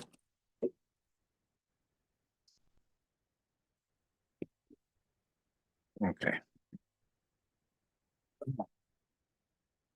It's so comfortable on the bed when I lie down, guys. Like you don't know. Uh, but it's still uncomfortable. But because of the pain killers, I guess I have a natural one too. I took earlier, but it's making me deal with it a lot better. So here we go. Continuing. It says here, a man obsessed. Two, or the second. I don't know what that means. So this part I haven't read. This is the part where I left off earlier, and the recording didn't work. It didn't record, and I had to go live and reread what I already had recorded. So here we go. It says perhaps one has to be a little bit crazy to go to sea as a profession, to choose the relatively solitary and peripatetic life of a sailor instead of the more sedentary and stable existence of a landlubber. Or perhaps that life may drive someone to a little madness. Or it may be that such was the case only during the era of wooden ships and iron men, when voyages might take seamen away from home port for years. Regardless of caution, Robert Fitzroy, like Christopher Columbus, was a man obsessed. Let's see what we learn about this guy. Whereas, however, the admiral of the ocean sea's manifold obsessions lay close to the surface, easily observable. Nothing in Fitzroy's personality or actions gave an early indication of any compulsions, as Nick Hazelwood puts it succinctly. It was a whaleboat that caused Fitzroy to snap. A whaleboat, huh? Pringle Stokes, the first captain of the HMS Beagle. So are we talking about Moby Dick here? What are we talking about? So quietly slipped into depression and madness and took his own life 2 years into the expedition's 4 year surveying mission. Rear Admiral Sir Robert Otway put his aide, the 23-year-old flag Lieutenant Fitzroy, in command. The Beagle was accompanying the larger HMS Adventure, in an effort to map the coast of Patagonia and Tierra del Fuego at the extreme southern tip of South America. Hey, wait a minute. I think I know this expedition. This is where Charles Darwin. See, guys, before Charles Darwin wrote the theory of evolution, I forget the name of his book or whatever. He went on a boat called the Beagle to Patagonia, and he met the I forget their name. The full it starts with an F. They're the giants, Folgers, Fomorians. I forget their names. Ah man, what was their name? You guys kind of might know what I'm talking about. So if you Google giants of Patagonia, Indian giants, start with an F, you'll probably see what I'm saying. Anyways, and I had shown you from his own primary source what Charles Darwin said. He said these are the oldest type of humans he's encountered in the world. He said these have to be the oldest living descendants of the oldest Indians in the world. I mean, sorry, indigenous people of the world. I can't eat right now, man. All right. So I think that's what they're talking about here. So after he did that tour, right, the Charles Darwin, he went and wrote his theory of evolution. Even after he saw that, he went and did the hijack of out of Africa theories and monkeys and stuff. Even after he said that, this is real history right here. This is what I'm saying, guys. So, anyways, despite his youth, Fitzroy seemed a reasonable and experienced choice for the promotion. He had entered the Royal Naval College at age 12 and had voluntarily shipped out of South America at 14. Aboard the Beagle, he at first appeared to be a fit and capable commander. Then what can only be considered the incident occurred. On January 29th, 1830, yep, this is the one Charles, hey, this is the same one, guys, Charles Darwin was in. Charles Darwin was in this expedition, guys. He went to the Americas and met, yeah, so-called large Indians, giant, so-called black. They were very swarthy. The people he met, yeah. So in 1830, January 29th, Fitzroy anchored the Beagle and dispatched a party in one of the whaleboats under the ship's master to chart the western edge of Tierra del Fuego. We're talking about the tip of South America. The next day, while the away party was camped on shore, the whaleboat was stolen by Jamana Indians who lived in the area. They stole their boat. That's funny. When he was informed and arranged, Fitzroy set off with a detachment of armed men to retrieve it. As Richard Lee Marks describes in his book, Three Men of the Beagle, he found pieces of the missing whaleboat in almost every canoe and wigwam he came upon. The lead line in one canoe, the broken mast in an abandoned wigwam, canvas from the whaleboat in another canoe. So the Indians stole, listen, guys, the Indians stole his ship and took it apart and used the parts for other things. That's funny. With each finding, he would try to lay hands on the nearest Indians to force them to tell him where those with the stolen whaleboat had gone. Those he grabbed, however, escaped, like some of the Tainos taken by Columbus and freed as surplus. Women even abandoned their children in their flight. Yep, Deuteronomy 28. Hey, this is that line right there is literally in Deuteronomy 28. What would happen? What happened to the Israelites? What they were doing out of despair? Yeah, leaving their babies behind and everything. Yeah. It was not the Beagle's crew first running with the indigenes. A month previous, a band of Jamanas uh, had robbed and beaten two of the ship's seamen. Fitzroy had then gone ashore with some of his men to punish the offenders, but when confronted by armed Indians, he backed off. Now frustrated and furious, Fitzroy determined to take hostages and hold them until his whaleboat was returned. According to Fitzroy's biographer, Peter Nichols, for him it was an act that required no justification. It was a quick, practical decision born of the necessity of the situation, but was a signal moment of change in Fitzroy's relationship with the Fugians. There you go. That's the people I was talking about. The Fugians, guys. The Fugians were giant people, over 7, 8 feet tall. They were really tall, 8, 9 feet tall, and they were dark skinned and they had thick lips. Like the way they draw them, they look like literally like black folks with long hair. Yeah, like I'm not kidding. I've shown this in very old videos way back. So the Fugians, right? That's who I was talking about, as the British called all the Indians of the area. So they didn't call themselves that, you see? They were Jamanas, huh? When the British rushed one native encampment, that of the boat stealers' family, a skirmish erupted. One seaman was attacked and beaten, losing an eye. The ship's master, Mr. Murray, who was responsible for the boat's loss, fired upon and killed one of the attackers. Days dragged into weeks in the fruitless search for the missing whaleboat. Eventually, Fitzroy had 3 Indian hostages aboard the Beagle, 2 men and a girl. He called the males George Minster and Boat Memory. What? The girl, who was known as Jokushlu in her native tongue, he named Fuja Basket. Wow. The naval officer decided kindness towards these beings, the Fugians, and good treatment of them is as yet useless. So he's going to treat them bad until a mutual understanding can be established.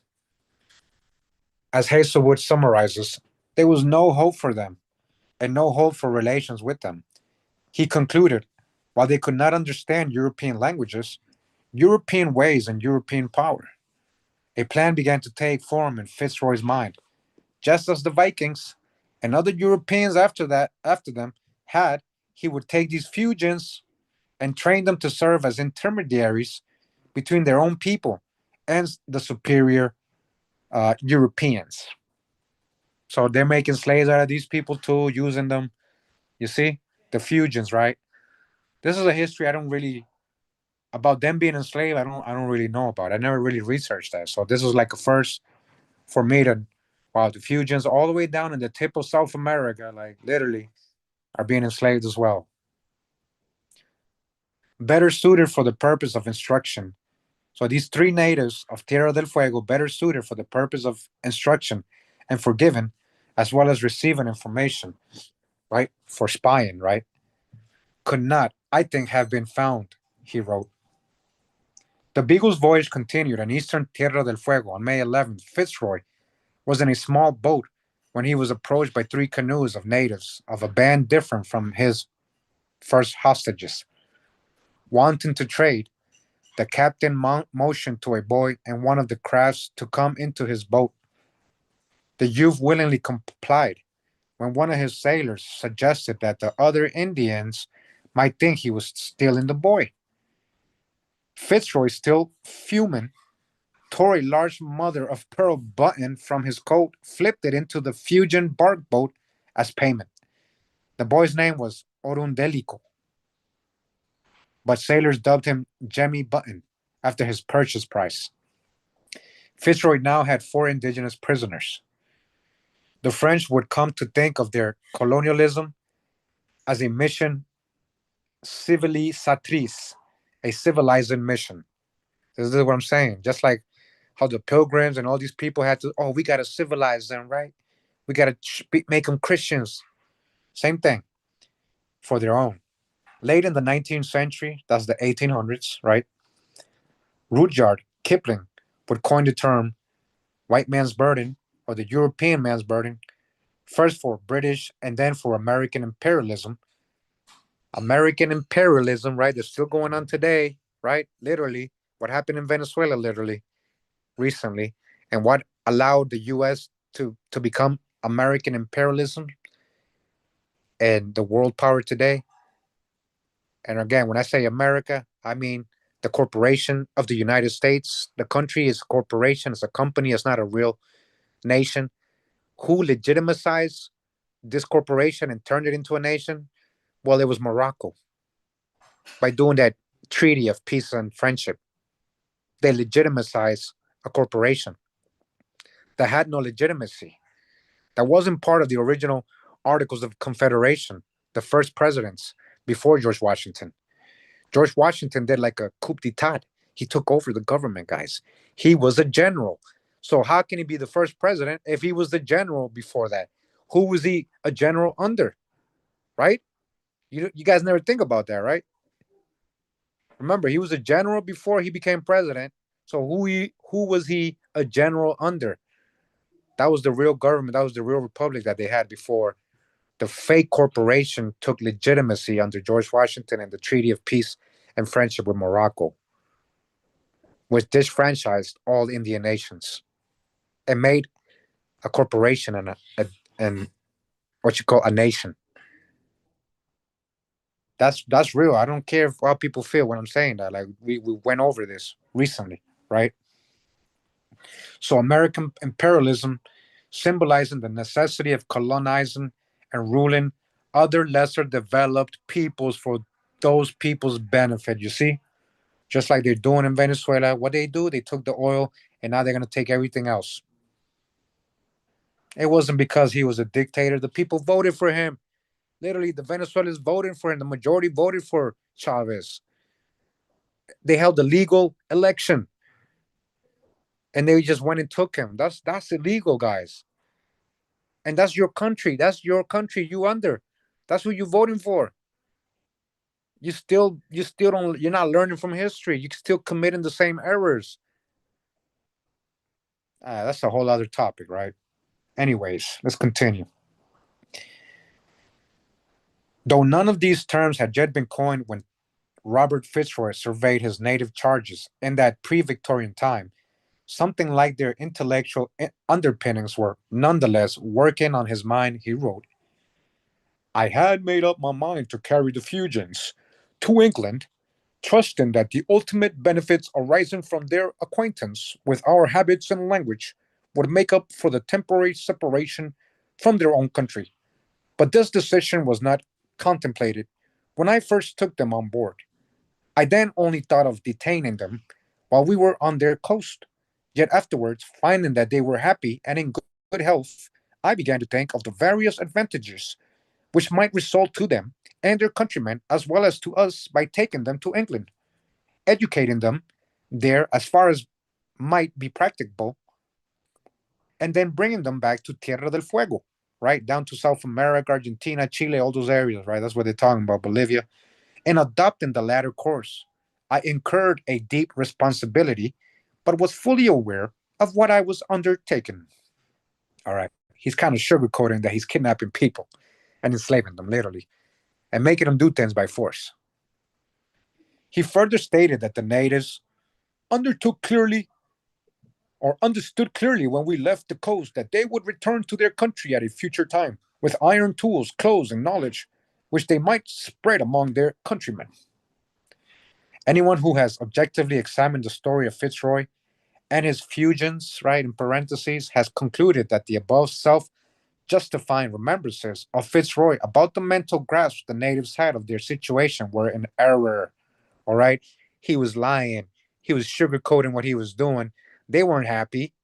They weren't okay with that. They didn't want to be taken and learn English and become so-called civilized and wear their clothes and then be spies for their own people. Nah, man. They didn't agree to that. At the early stage of the voyage, communication among the parties involved was labored and rudimentary. The natives were on board the ship, surrounded by strange people who dressed them in strange clothes and fed them strange foods. Pork.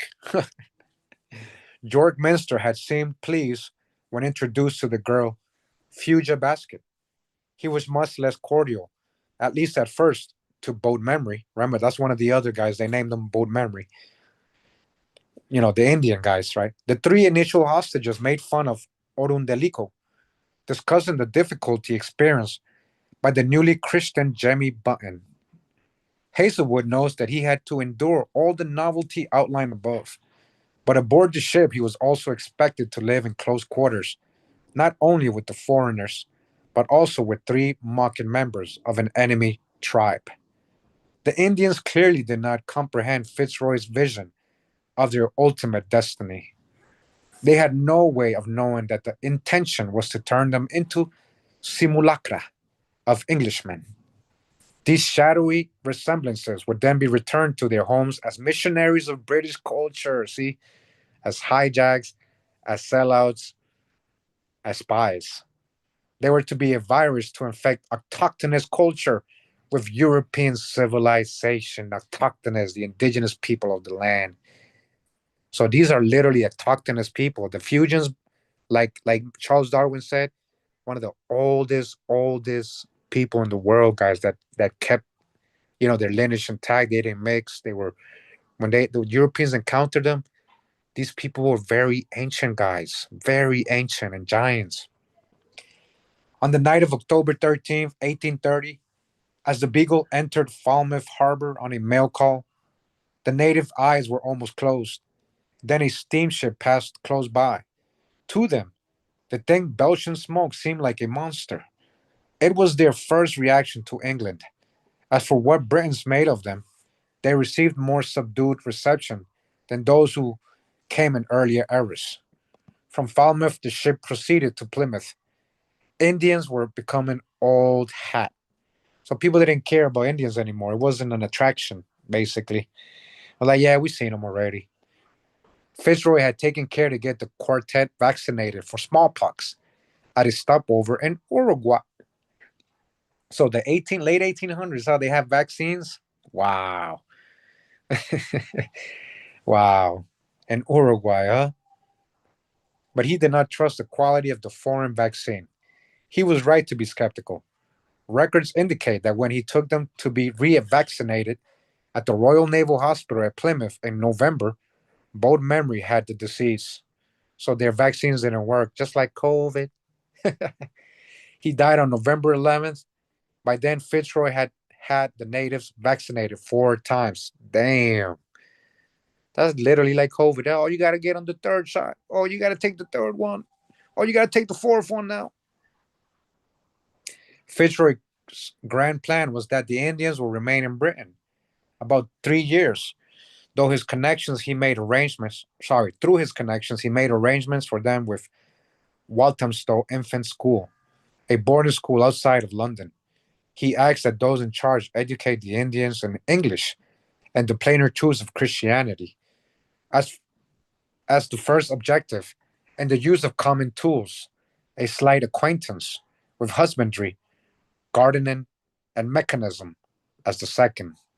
Man, they coming what? They becoming engineers. Well, that's not so bad. They're teaching them how to be engineers, I guess.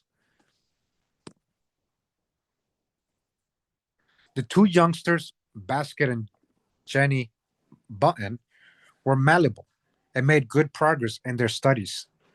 The boy liked his English clothes, made good progress in their studies. Sorry. The boy liked his English clothes and enjoyed looking at himself in the mirror. Oh, he was vain. Oh, he liked the new clothes. Oh, he liked being European, huh? Hey, guys, there's always going to be some kind of guy, in our communities that will sell out the first moment they get, that forget what happened, where they coming from, right? It happens in all society. His vocabulary picked up some of the quainted expressions of the day. When asked about his health, he would respond, "Hearty, sir, never better." From the beginning, however, York Minster was a problem. So the other Indian, he wasn't having it. He wasn't trying to sell out. He did not like the foreign land to which he had been taken, and he especially bridled brittled at being in the land to which he had, oh, sorry, to being taken into the classroom with children. Oh, wow.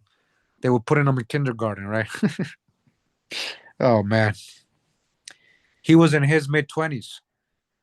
That's why he didn't want to be with children. You see, he's a real man, probably. He's a real one, probably. He's not going with the hijack at all, man. Basket and Jamie Button were about 10 and 14, respectively. So that's why they were younger. They were like falling for it. Many English children in the classes were even younger, 3, 4, 5 year olds.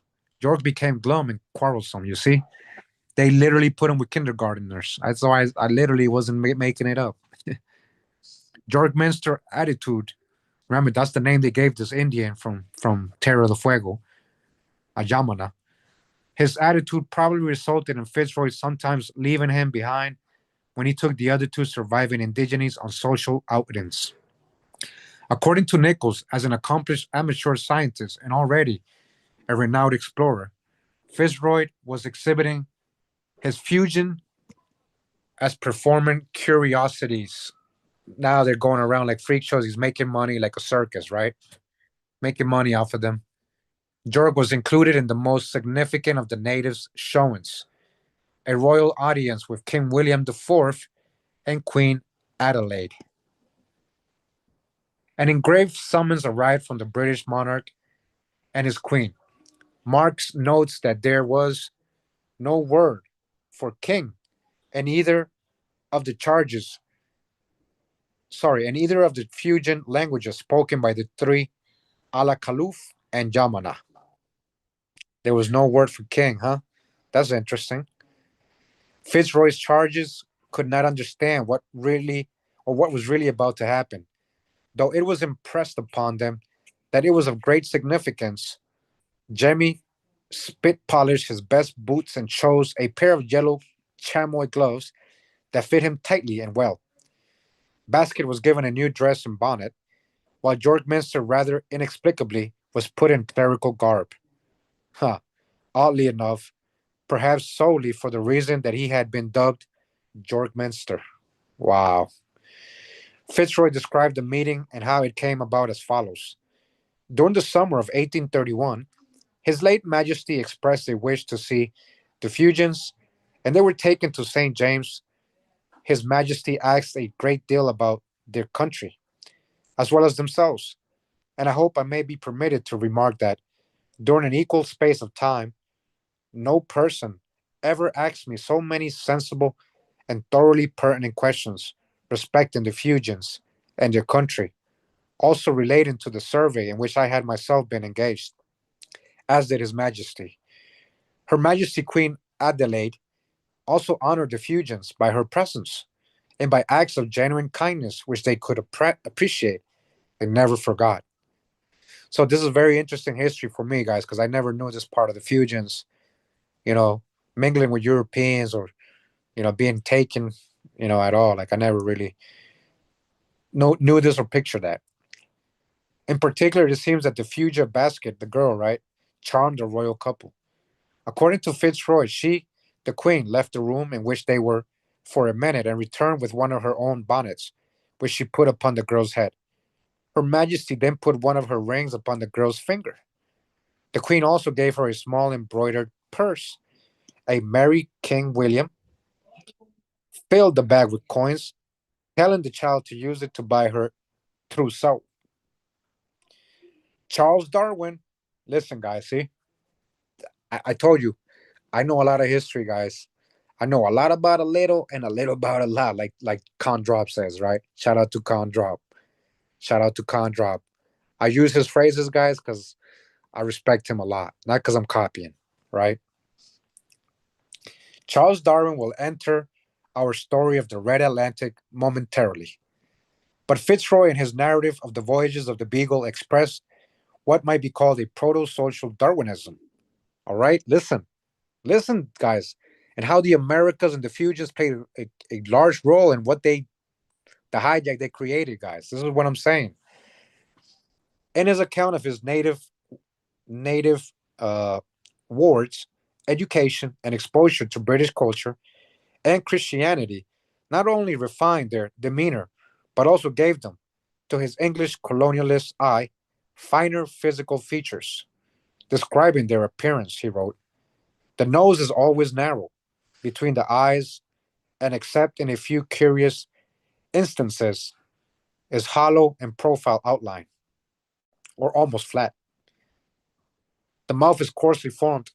I speak of them in their savage state, and not of those who were in England, whose features were much improved by altered habits and by education. His view is reflected in sketches he made of the indigenes in their savage state. They are drawn as he describes, while when depicted in Western clothes, they resemble muddy, complected English men. Muddy, huh? Muddy complected. Muddy complected. I'm trying to tell you, they mean complexion, muddy complexion. What does mud look like, guys? What does mud look like? I can't make this up. This is what I'm trying to tell you. This is what I'm trying to explain to you guys. There was already Negroes in the Americas, and the fusions have nothing to do with Africa. They're one of the oldest people in the Americas. And that's what Charles Darwin met and this guy Fitzroy before they created their Darwinism. They thought that these people looked very savage. I remember, you know, Darwin writing about that, you know.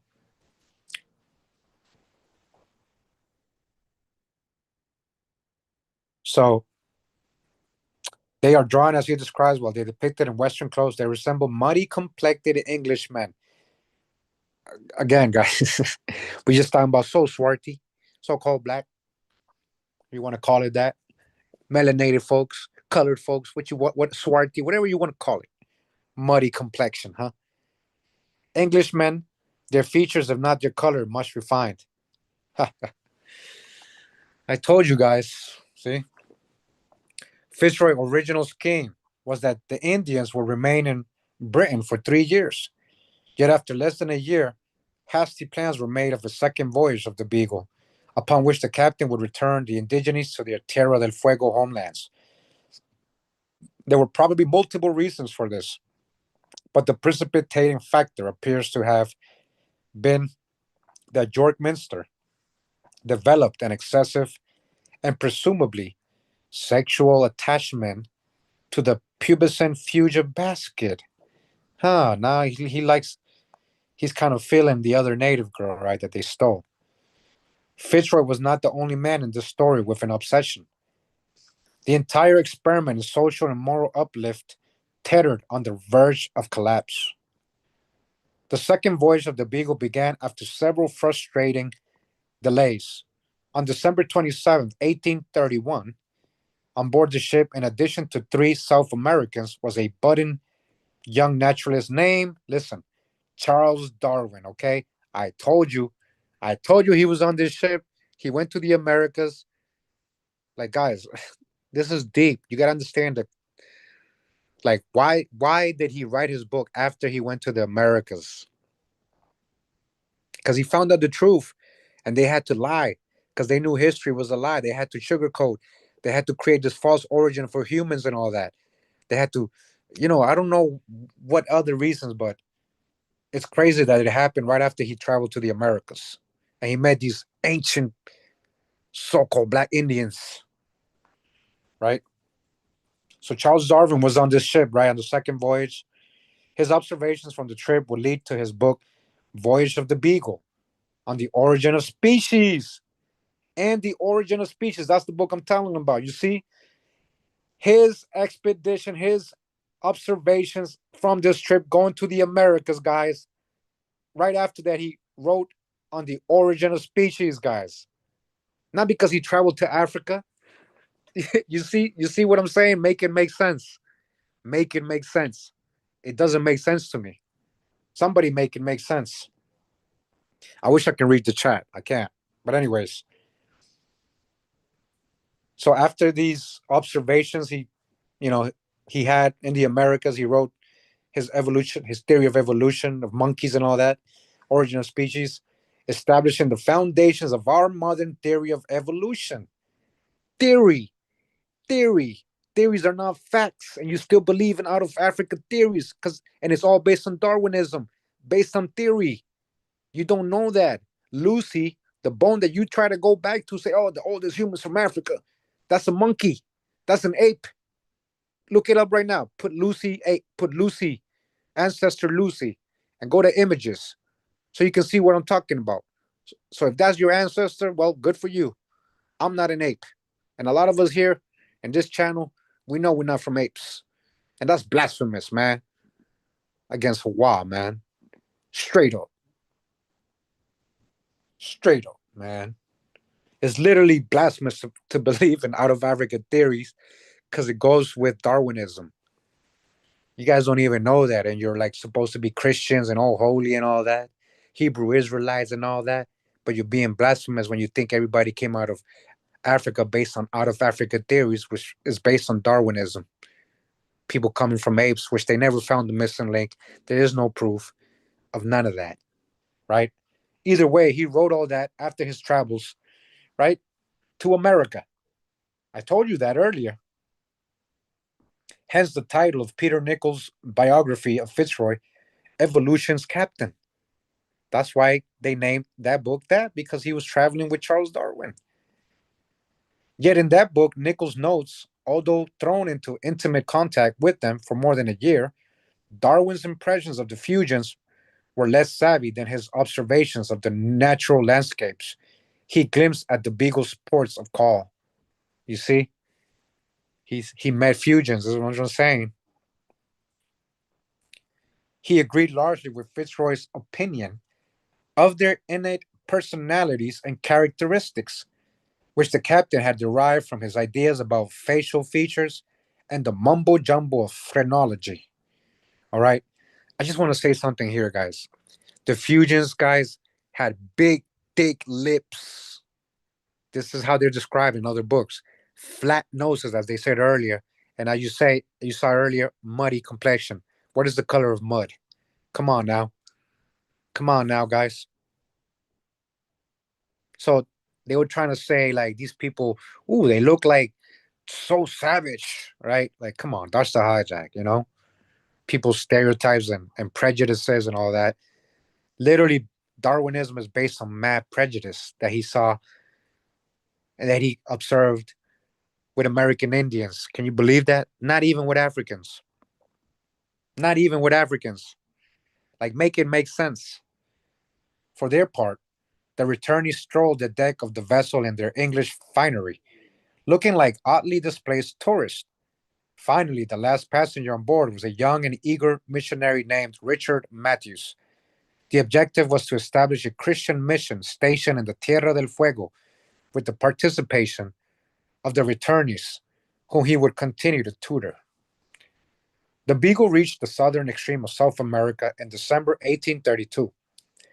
In his first encounter with natives in their natural environment, Darwin was impressed, of course, mainly with their primitiveness. You see, primitiveness. He's stereotyping these people. I don't know if he thought they looked like monkeys or what. I don't know what he thought, man, because monkeys don't even have like thick lips like that or anything. Like I don't know what he thought, but he thought they were very primitive. He wrote these has to be the oldest people on Earth or connected to the oldest primitive people on Earth, right? In his diary, he declared, listen, they might quote what I just said. I would not have believed how entire the difference between savage and civilized man is. And again, if their dress and appearance is miserable, their manner of living is still more so. Their food chiefly consists of limpets and mussels, together with seals and a few birds. They must also catch occasionally a guanaco, a llama like animal, right? Camel. They seem to have no property excepting bows and arrows and spears. Their present residence is under a few bushes by a ledge or rock. It is no way sufficient to keep out rain or wind. I believed if the world was searched, no lower grade of man could be found. You see what he said about the Fuegians? His stereotype, the way he thought of them, the way he thought of their look, he really hated how, like, he really thought it was so prejudiced. It was very racist. You know, that idea we have a racist, right? You know how they draw black folks back in the day? That's what he was doing to the Fuegians, guys. That's literally what he was doing to the Fuegians. So we're getting a lot more context now. Why did the Fuegians live like that? Now, had they gone through a cataclysm where they lost their kings and they was just like literally living again, like in a reset and hunter gathering, and what happened down there? Are they connected to Antarctica? Antarctica was actually called Tierra del Fuego in old maps, guys. Shout out to Con Drop for the Antarctica drop, when it was ice free. The wall, right? The ice wall. The ice wall is not a continent, it's an ice wall. And it's a plateau. You gotta climb up onto Antarctica. So could they be from there? Could something have happened right there, right? It froze over and these are like the leftover people, very separated from the rest of the world and even the Americas and other nations in the Americas. So listen to what he's basing his whole evolutionary theory of, based on what he encountered in the Americas, based on who he met. American Indians, the Fujians, so-called Fujians, probably called the Yamana, right? This is deep, guys. This is really deep. It says, he said, these got to be the most lower grade of men found in the world, like not even in Africa, not even in Southeast Asia. Like, and this beagle, trust me, it didn't just go to America, guys. It went around the world. So he met a lot of people, and he concluded this, right?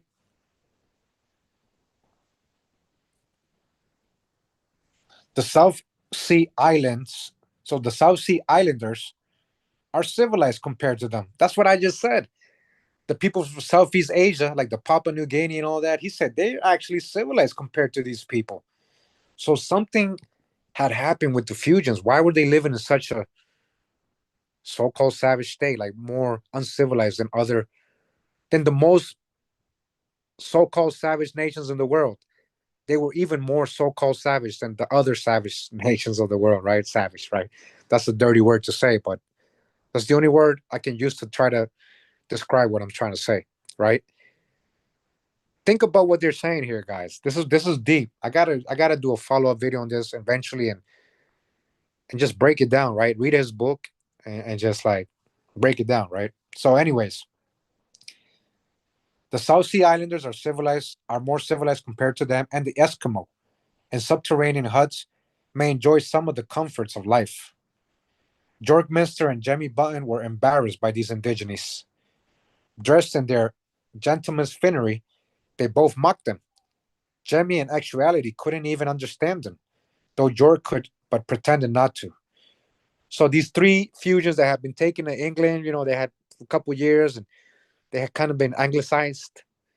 Now they came back and now they're judging their own people. They're like, damn, yeah, damn, we were kind of living kind of savage. Now remember, all skinfolk ain't kinfolk, all Indians are not the same, right? So maybe these fusions were really living in a kind of savage state. Something. I'm thinking something happened, guys. Like I'm thinking cataclysm or something. Something happened, right? Anyways, it's crazy, though. This is a crazy part of the history right here. The following month, having sailed on the Beagle, reached the territory of Jemmy Button's people, Button's land, as the Englishmen of the sloop called it. The original idea had been to deposit George Minster and Fugia Basket, who were now, for all intents and purposes, husband and wife. Wow. They had actually hooked up. In George's land and Jemmy and the missionary Matthews and Button land. But George declared that he thought it best that the three indigenes and Matthews all remain together. Going ashore, crewmen of the Beagle hastily established a perimeter line for a makeshift village and began to construct three huts, one for Matthews, one for Jemmy, and one for George and Basket, and to plant two gardens. Natives showed up in force. There were 30 sailors and more than 300 Indians. The Englishmen enforced the perimeter, but only with difficulty. Jemmy's family, mother, sisters, and brothers arrived. The woman kept their distance. His brothers approached him and gathered around, but simply stared at him, describing the scene. Fitzroy said, strange dogs meeting in the street show more anxiety and more animation than was manifested at this inhuman meeting of a lost child and his afflicted mother and relatives. Yeah, these people, for some reason, they were living in a very, I guess what you can call savage state, right? Like something had happened to them, right? Jemmy attempted to speak to his older brother and his mix of native language and English, but was frustrated that he could not make himself understood. He resorted to the Spanish jargon of sailors, repeatedly inquiring, "No sabe? No sabe?" Like, you don't know? You don't know? Like, you can't understand me? You can't understand me? Darwin wrote in his diary, it was pitiable, but laughable, to hear him talk to his brother in English and ask him in Spanish if he understood it.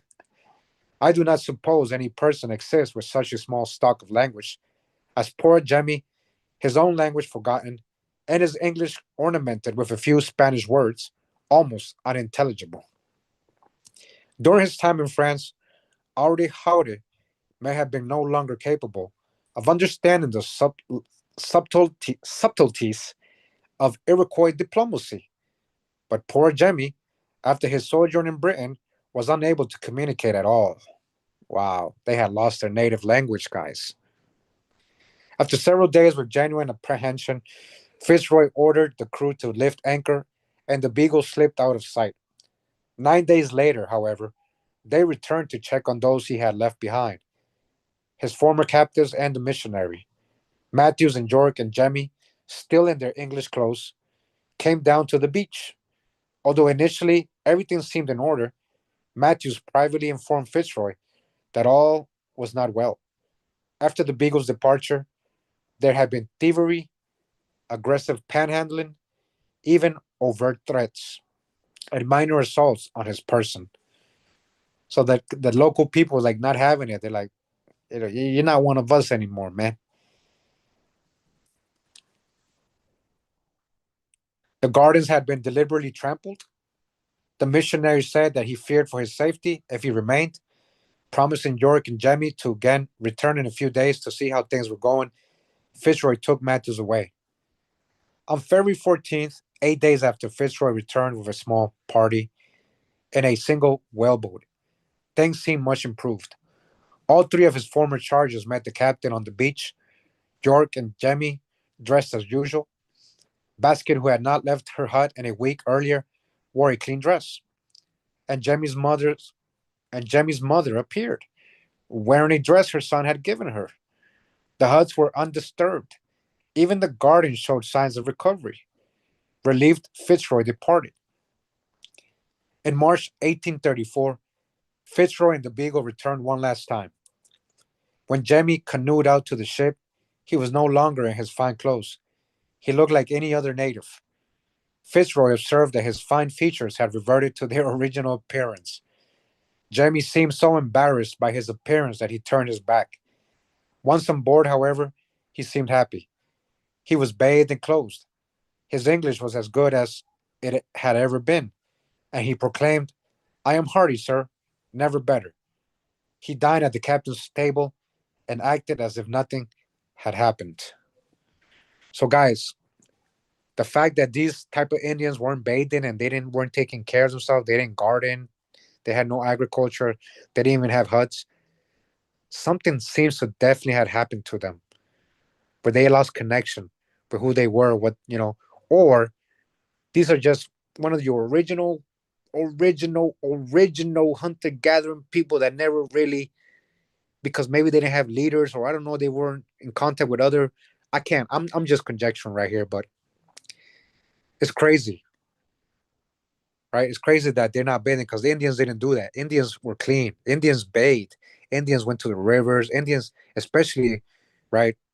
If they're Hebrews, right? If they're part of some of the old world cultures, right? Like they're gonna know to bathe. Like we already know that when the Europeans arrived, they were the ones who smelled bad, the ones who didn't bathe, and the Indians had to teach them about soap and all this other stuff and cleanliness. So the fact that these Indians, the fusions, so-called fusions, were not like that, and the fact that Darwin used them to try to say like humans are savage or coming from a savage state. You see, he's trying to relate them to monkeys, but that's not because they're coming from monkeys, guys. There has to be some other explanation. So I hope you guys are understanding what I'm trying to say. I can't see the chat, but it's just I'm thinking out loud here, right? It's crazy. These details that I didn't know, like I haven't read these books that they're referencing for these travels, right? On the Beagle. So only a few, like only like a very paragraph here and there. Just some of the quotes from Charles Darwin of what he thought of the fusions and what they look like, but not everything like this. So this is new information for me right now. I'm learning with you guys. Okay.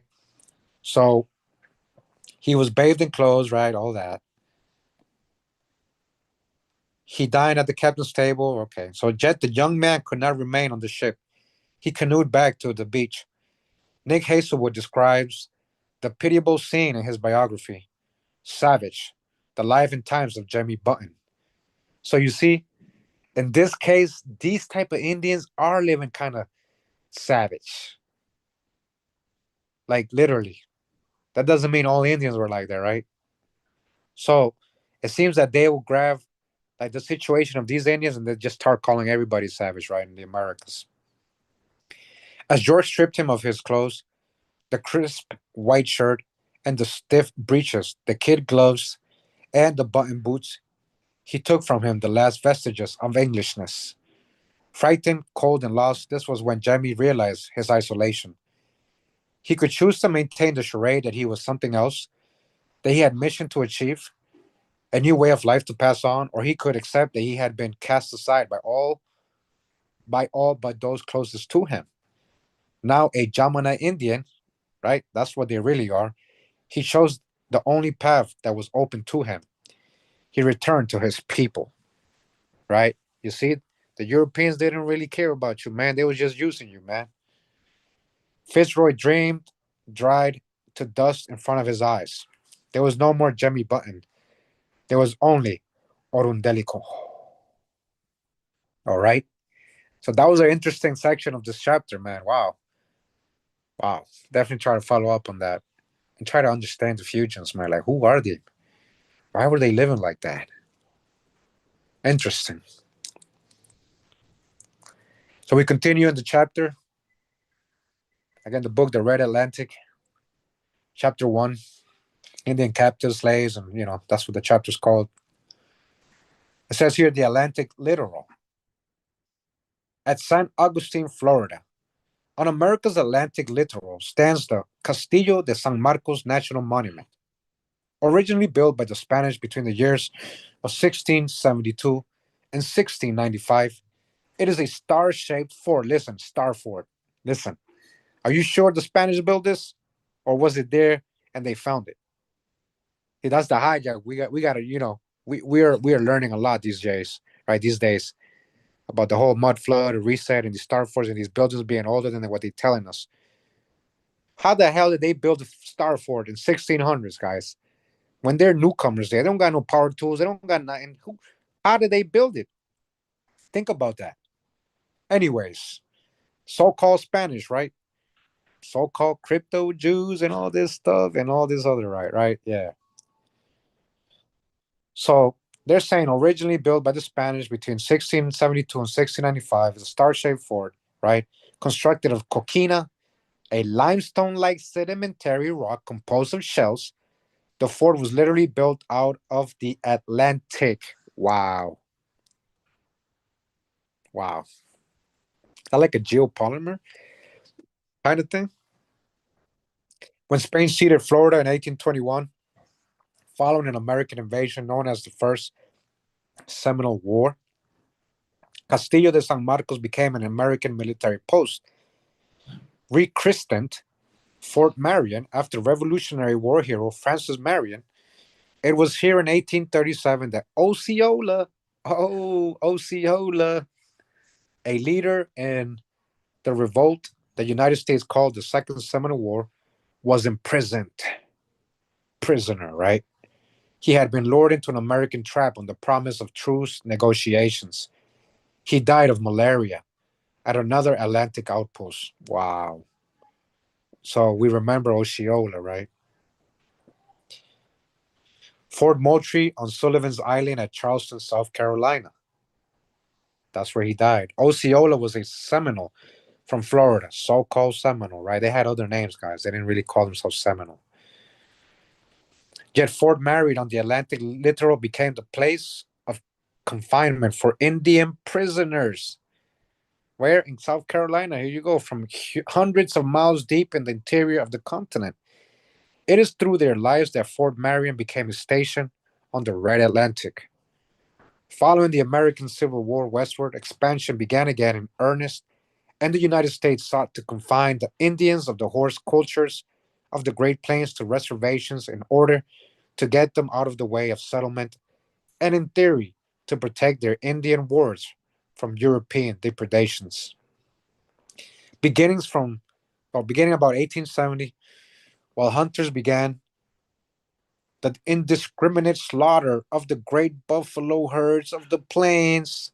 This is Deuteronomy 28. They killed your ox, right? There's pictures of mountains of ox heads, mountains, mounds, skeleton mounds of oxes, buffaloes, guys, so-called ox. Deuteronomy 28. That's what I'm trying to explain to you. You only go off one verse.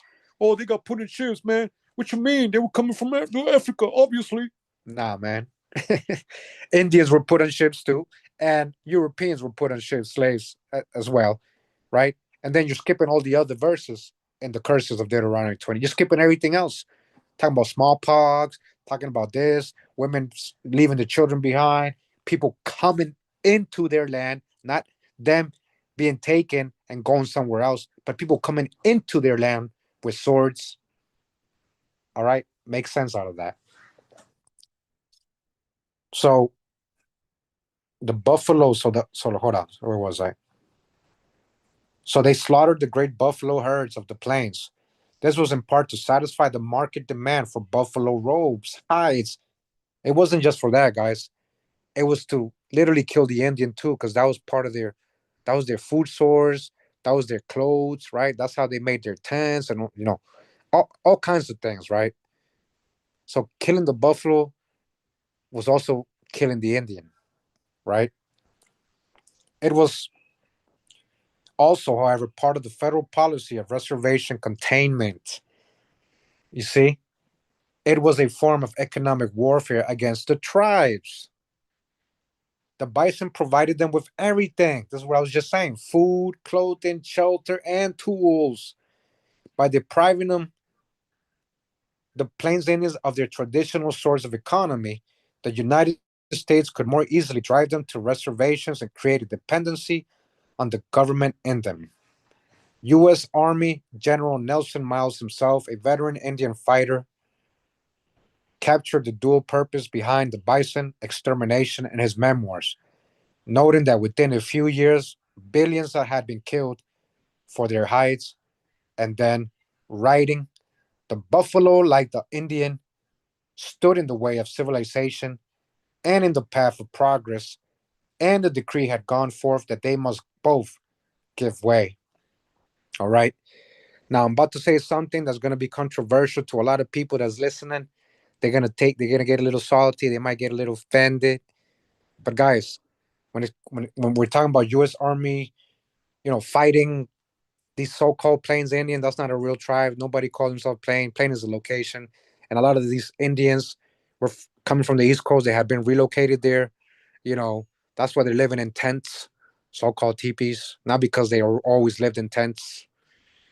You guys got to understand, tents was created, invented by Eastern woodland Indians first for travel, for when they were hunting or traveling, like a tent, like the teepees. The teepees. I mean, not by Mongols, not by Siberians, like a lot of you keep saying.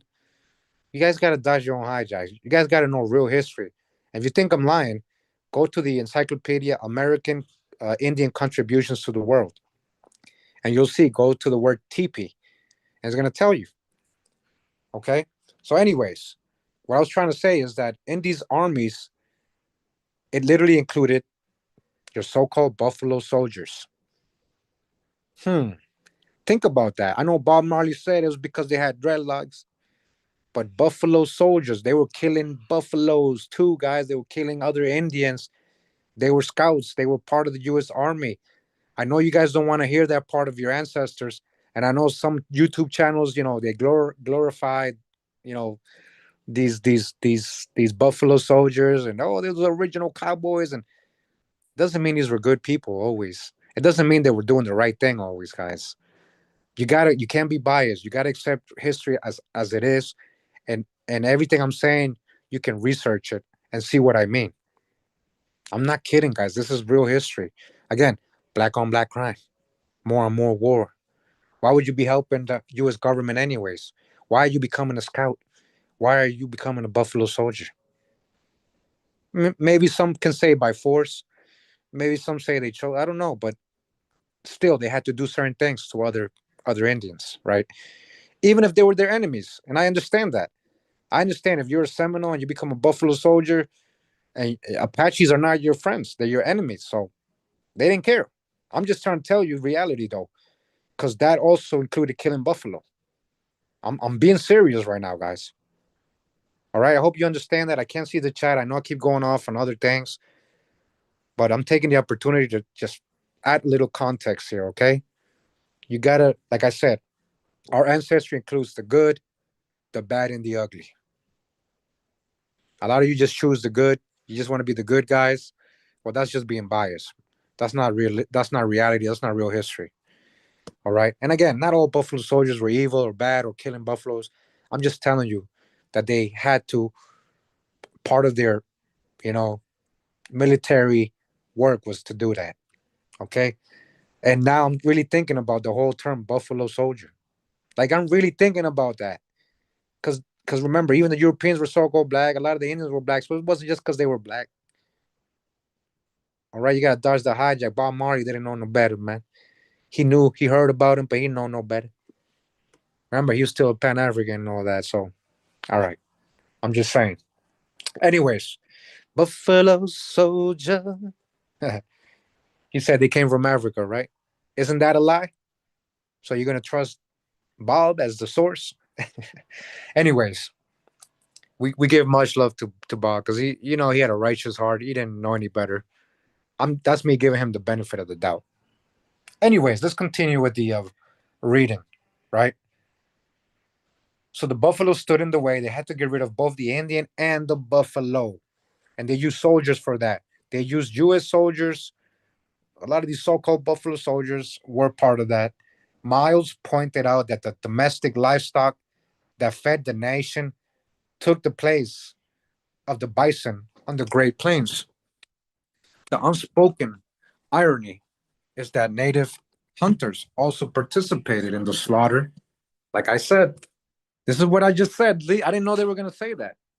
Native, listen, little native hunters also participated in the slaughter and did so for reasons similar to some so-called white hunters to gain the money paid for buffalo robes. Not just that, but because these are their enemies and they have to look out for themselves and their people. They don't care what's going on to the other people. They already know that the corporations already took taken over. They just got to go with the flow and try to survive for their families, right? So I'm just saying, I hope you guys understand all what I'm saying. I kind of walked over to the computer real quick just to see the chat. Okay, I see exactly. K is a bit fluid, lucid right now. Agreed. Yeah, the beaver has the original panel. Then all right. So okay, I'm going back to the room now. I just want to make sure that the live was still running. I wasn't just talking to myself, and that you guys are still there. Okay, good, good. I'm going back to the room to lie down. All right. So, like I said earlier, and this is without me really doing a video or showing you the research. This is just logical thinking because we just see people dressed up as buffalo soldiers, and we're not understanding what a lot of their work had to do, and again, killing other Indians and unfortunately killing the buffalo too. So should we hate them now? Should we change our mind or perspective on them? No. I'm just trying to tell you, people did what they had to survive, and a lot of times they did bad things. A lot of times our ancestors did crazy things, looking out for their own people. And this is reality. I just want you to understand this, right? Because I know a lot of you. I literally did somebody's genealogy, and we went back to one of the famous Buffalo soldiers. We found his image and everything, literally. Guys, I showed in my colorized pictures the Buffalo soldiers and a whole group of them. I don't know if you guys remember, like about 5 or 6 of them. One of those persons in that picture was the person's ancestor that I did the genealogy. We actually found him, that picture, like just cropped out just him. And I told the guy, "Hey, I have this picture. Wait, I know who this is." And I showed him the complete picture. And I was like, "Look, I already had shown this in my colorized pictures video." So yeah, they're still Indians, all right. But I just want you to understand this part, right? So okay, so let me see. Where was I?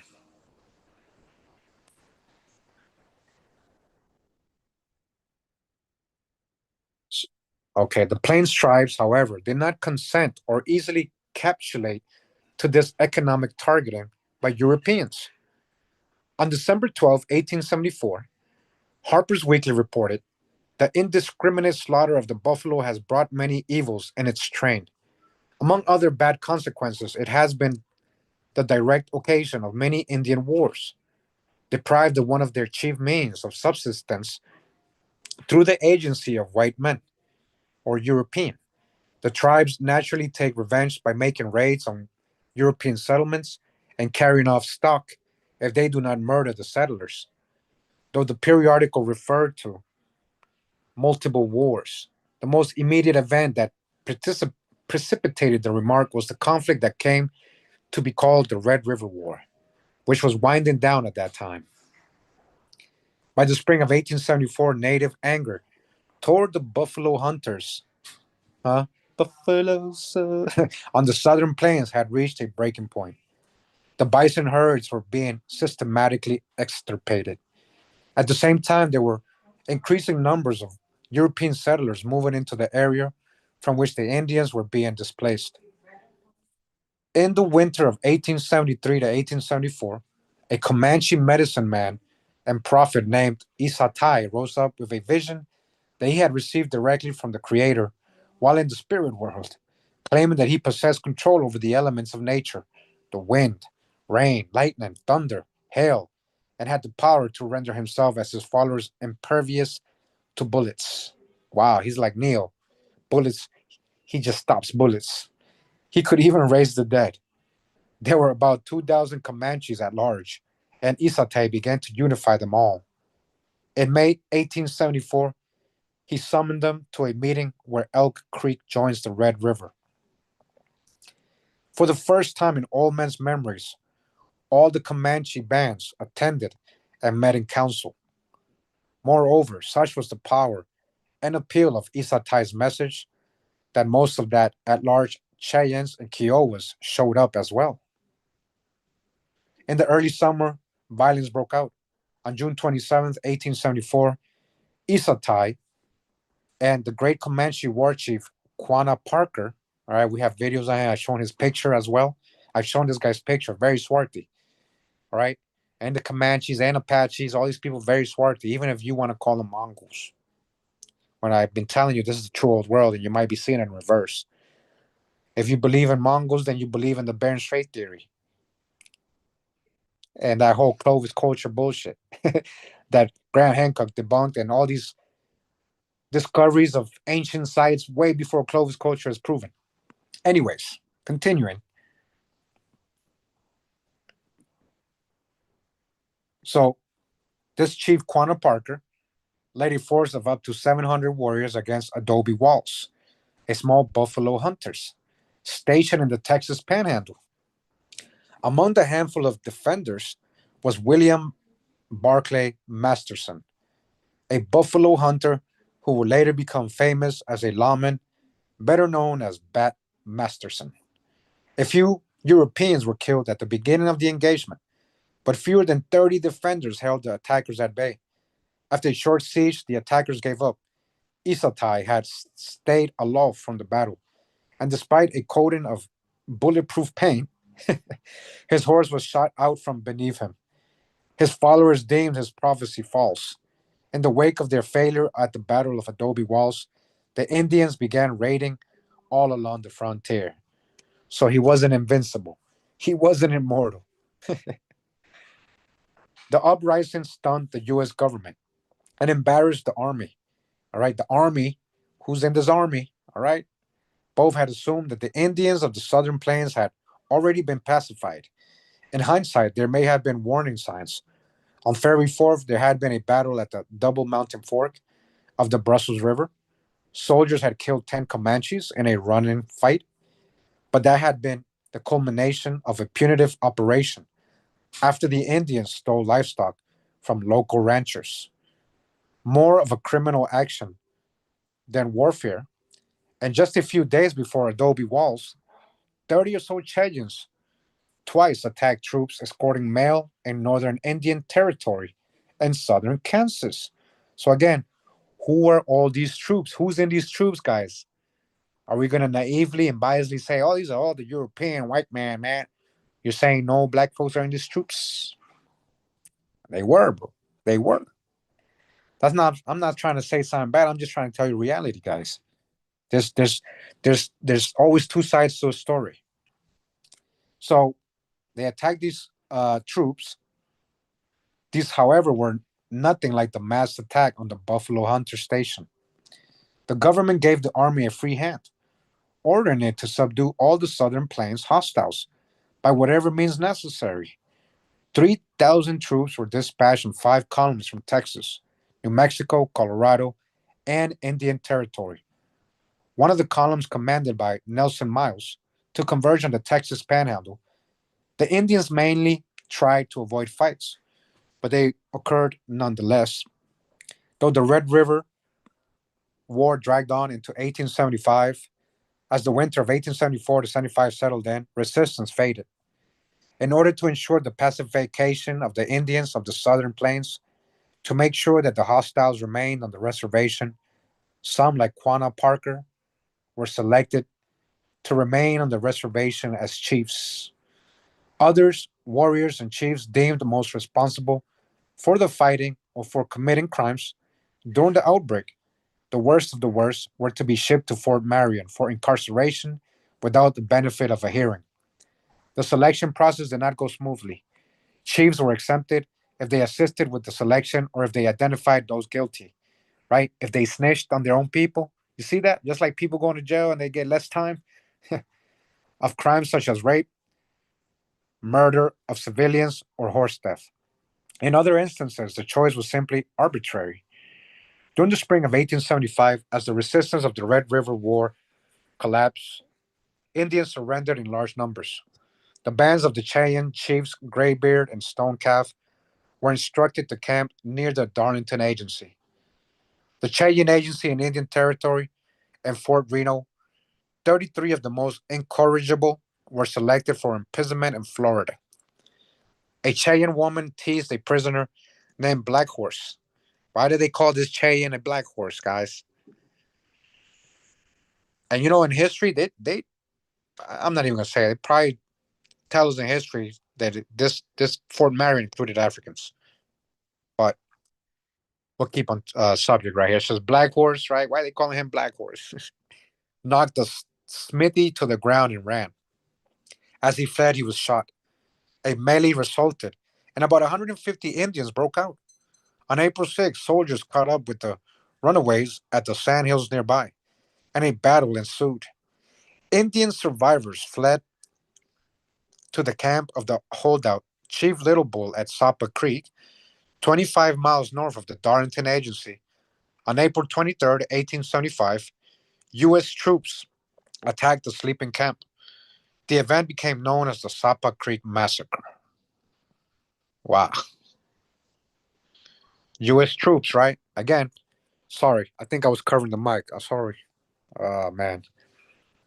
So on April 6th, soldiers caught up with the runaways at the sandhills nearby, and a battle ensued. Indian survivors fled to the camp of the holdout chief Little Bull at Sapa Creek, 25 miles north of Darlington Agency. On April 23rd, 1875, U.S. troops attacked the sleeping camp. The event became known as the Sapa Creek Massacre. Just in case, guys, I don't know how long I was covering the mic. So, again, U.S. troops. Who's in these U.S. troops? Are we going to find some of your ancestors in these U.S. troops? Maybe. Does that make them bad people? No, they just doing what they were supposed to. They volunteered or forced to do. You know, they were soldiers, just like modern day people that joined the army. They in Iraq, they in Afghanistan, killing people. They're in Palestine. They wherever they go, right? You're a U.S. soldier, so you don't care, right? Same thing. Regarding the capriciousness referred to above, historian Herman Viola writes, on the Cheyenne Reservation, a drunken army officer lined up recently surrendered Indians and to expedite matters cut off 18 from the right of the line, promising to review his selections at a later time. The promised reassessment never took place.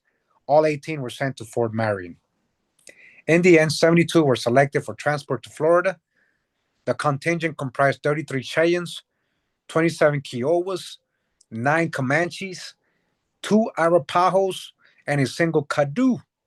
Caddo, right, Louisiana. Like, this is what I'm saying, guys. This is what they're calling Plains Indians. That's why I said there's no such thing as Plains Indians. You guys got to get that out of your mind with the stereotyping prejudices. Some like Black Horse, Graybeard, Lone Wolf, Jello Bear, and many magpies. Guys, I have images of a lot of these people they're naming, and I've shown you the in the colorized videos, pictures, videos, and they're very swarthy, so-called black. They were well-known leaders. These people. Many magpies suffered an indignity akin to that experienced by European immigrants at Ellis Island.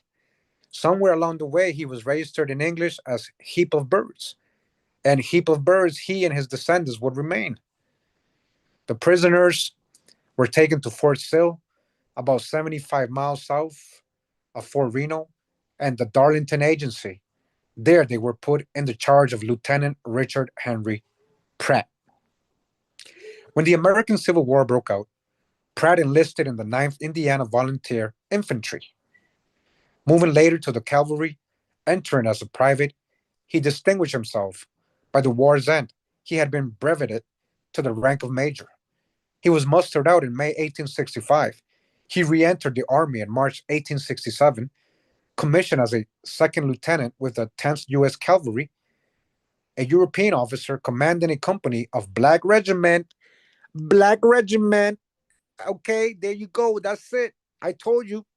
I told you. These were black folks doing this, massacring other Indians and killing buffaloes. So this is what I'm saying, guys. Like, we gotta. It's okay. We just gotta understand history without judging, and we gotta learn from it so we don't commit the same errors. We can't just go with what we that's a whole moral thing. I'm not gonna get into it, but I told you. Can is some of your ancestors in these troops and cavalries? Yes, they're telling you right here. This is a whole so-called black regiment. Okay, the 10th U.S. Cavalry is black folks. So these black regiment freedmen, commonly referred to as Buffalo Soldiers, oh my God, at Fort Sill, Indian Territory. Body bag for the illusion. I know you're not gonna call it body bag like me. I know Pride Drop wouldn't either, but I'm gonna have to do it. I told you, I never really had any sources to prove this, but it's true, guys. It's true. This is what I'm saying. I mean, they did what they had to survive, but whatever money or to look out for their family or whatever, or they wanted to become civilized or whatever the reason they joined the army to do this, or they were forced or whatever. They did it. They did it. It happened. We can't forget that. We can't sugarcoat it. We can't be biased about it. I'm sorry. Like, I'm just because listen, I know and he's a you know cool guy, but they admire so much. They have this wrong. Like, they have the right concept of Buffalo Soldiers, but they're missing some other parts. They sugarcoat. They don't know the bad parts. This is what we're talking about, right? So they were referred to as Buffalo Soldiers at Fort Sill, Indian Territory. This is what I'm trying to tell you guys. It wasn't Bob Marley who named them that, and they were called Buffalo Soldiers for a reason. You saw the mountains of the Buffalo Skulls, right? I ain't trying to make y'all feel bad, man. I hate always to be the one that reads or teaches this type of history and makes you upset or might make you feel a certain way or shameful or anything like that. You shouldn't be. That's the past. And we can't control what any of our ancestors did, the good, the bad, or the ugly. They probably did good things too. You get what I'm saying? So it's just knowing makes you a different person though. It makes you more humble. It makes you more conscious, you know, in many ways. Though the image bequeathed to us by years of Western movies is of a blindingly so-called white Anglo-Saxon frontier cavalry, right? That's what we thought all this time. It was the white man that killed the buffalo. It was the white man that killed all the Indians. Black on black crime, guys. More and more war. All right, this is what I'm trying to show you here. I've been trying to show you. You can't be biased with history, guys. History don't work that way. It's very complex. Everybody has their own little story. People did good things. People did bad things. Including our ancestors. Including myself. With probably some of my ancestors did bad things too. Right? But people thought these were white folks, is what he's saying. This They thought it was these, frontier cavalries, all white. The reality was starkly different. The reality I'm trying to tell you now, these were black folks, guys. Black on black. It was been black. In the 1800s, before the 1800s, in general, people were melanated more. They hadn't done the incubator babies yet. I'm just trying to tell you some real history here.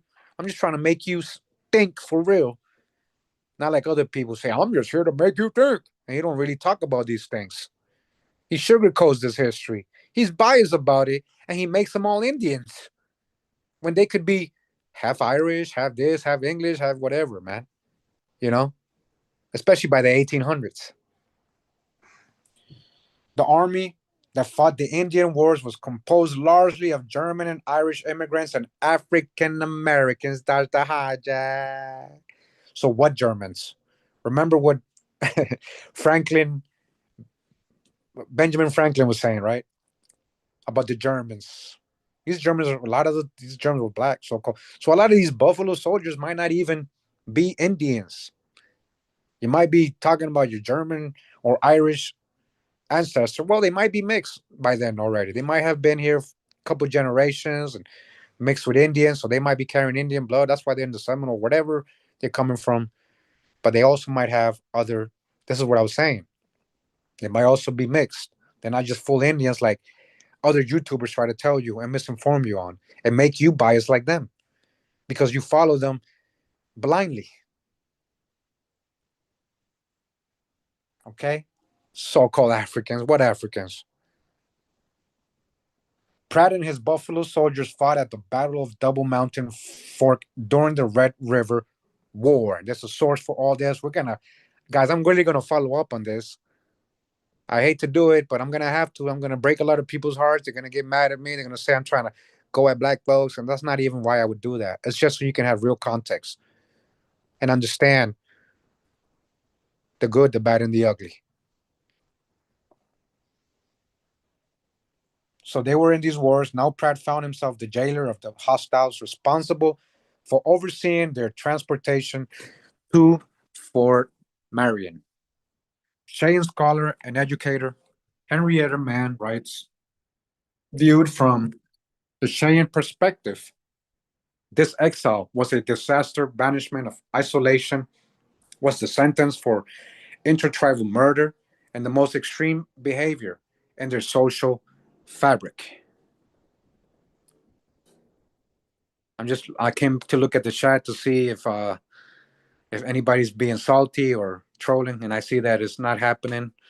Hopefully, right? I'm glad.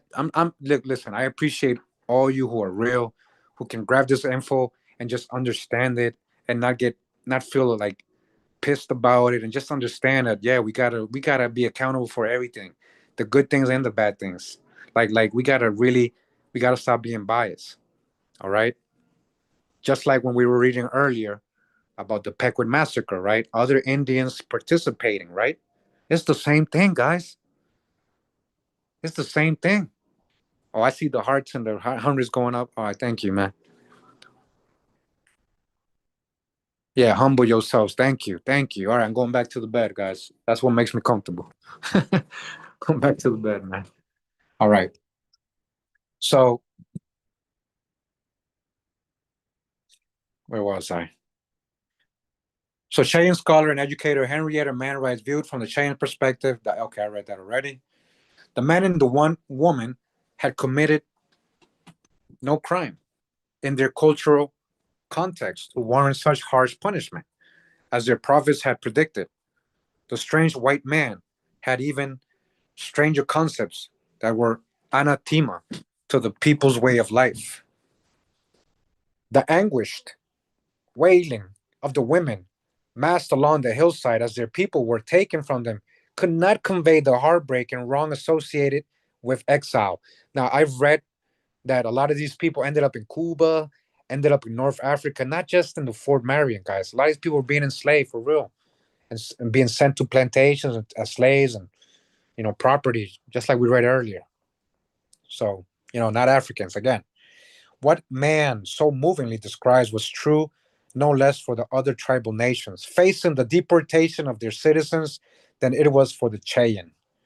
Cheyenne, right? And again, if you guys see all the colorized pictures of all these tribes that I'm showing you from the 1800s, they were very dark complexion people, so called black. Pratt loaded his prisoners onto wagons to carry them to the closest rail depot, 165 miles away. Once they arrived at the railhead, they were taken by train to Fort Leavenworth in Kansas. There they languished while the government invited bids from carriers for their transport. Eventually, they were put aboard a train, once more passing through St. Louis and Indianapolis, a diversion so that Pratt's family could join him, and then on to Nashville, Atlanta, Macon, Macon, and Jacksonville, Florida. While citizens flocked to train stations to catch a glimpse of the Red Warriors, just as people in Spain and England gaped at Indians in an earlier era, the difference was that in this modern era, with the Indian War still being waged in the West, some of the Americans came to taunt and jeer a much feared enemy, now subdued and from a safe distance. They were not above throwing the occasional vegetable or more solid object. Most of these people had not seen an Indian in years. Come on now, that's that's conjecture right there. They all these places had Indians. Come on now. Oh man. But during the Indian Wars, waiting for the word from the West became a pastime for a worried nation. Somewhere between Red Oak and Lake City, Florida, near Baldwin, Graybeard jumped from the moving train. The locomotive was halted and the Indian hunted down. He was shot in the back as he tried to flee. Wow. Who shot him? Who shot him? Was it a white man or a so called black man? One of the Kiowa prisoners, Sotom, or in English, Bitter, created a visual diary of the journey and life in Florida. He drew depictions of the death of Graybeard and leaving Lean Bear at Nashville. And there's a source for that. This is like very interesting things to follow up on. I would love to see those drawings if it's available. I'm gonna look it up, guys. As Viola puts it, another casualty of the trade was Lean Bear, a Cheyenne chief accused of being a ringleader. Again, only because they resisted the encroachment of their land and the people being murdered. That's why they're right ringleaders, right?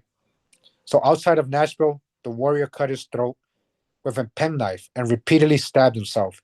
He also stabbed two military guards who tried to interfere. He was left for dead in Nashville. But against all expectations, he lived. He was sent on after his compatriots to Fort Marion. Upon arrival, he refused to speak and went on a hunger strike. According to Mann, he was homesick and heartbroken. Man, that's so messed up. He he tried to kill himself after killing. He couldn't even kill himself. That's messed up. He's heartbroken. Adjudged demented, he was transferred to St. Francis Barracks. Outside the fort walls, he died shortly after.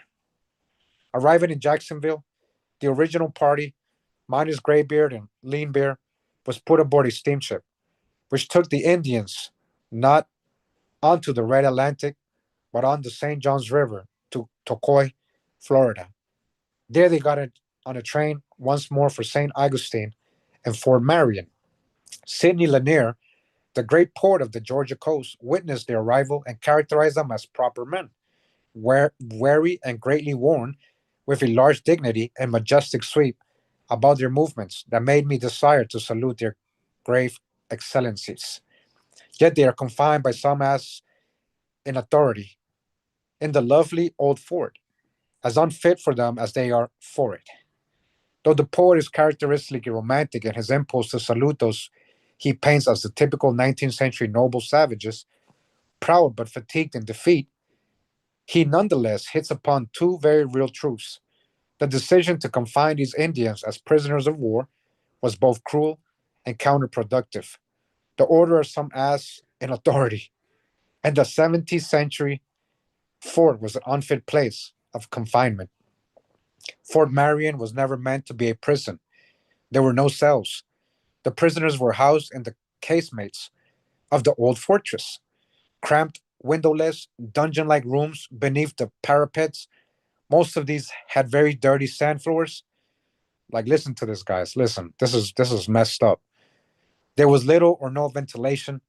For their first few days at the fort, it rained constantly, and water dripped from the ceiling of the casemates. They were forced to sleep on the floors, compounding already multiple problems. The Indians arrived in coastal Florida at the high heat of summer. Damn, these guys are going through shit, man. Pratt gave the inmates colored pencils and sheets of paper from ledger books. They made pictures about their now lost lives on the plains, of daily events in their prison, and as already noted, of the journey to that awful place. The most devastatingly moving image was, bar none, produced during their years of confinement is one done by Sotom. It depicts the Indians the day after their arrival. They are shown standing on the parapet, their backs to the viewer. Two armed guards flank them. Oh, you guys still there? Oh, damn.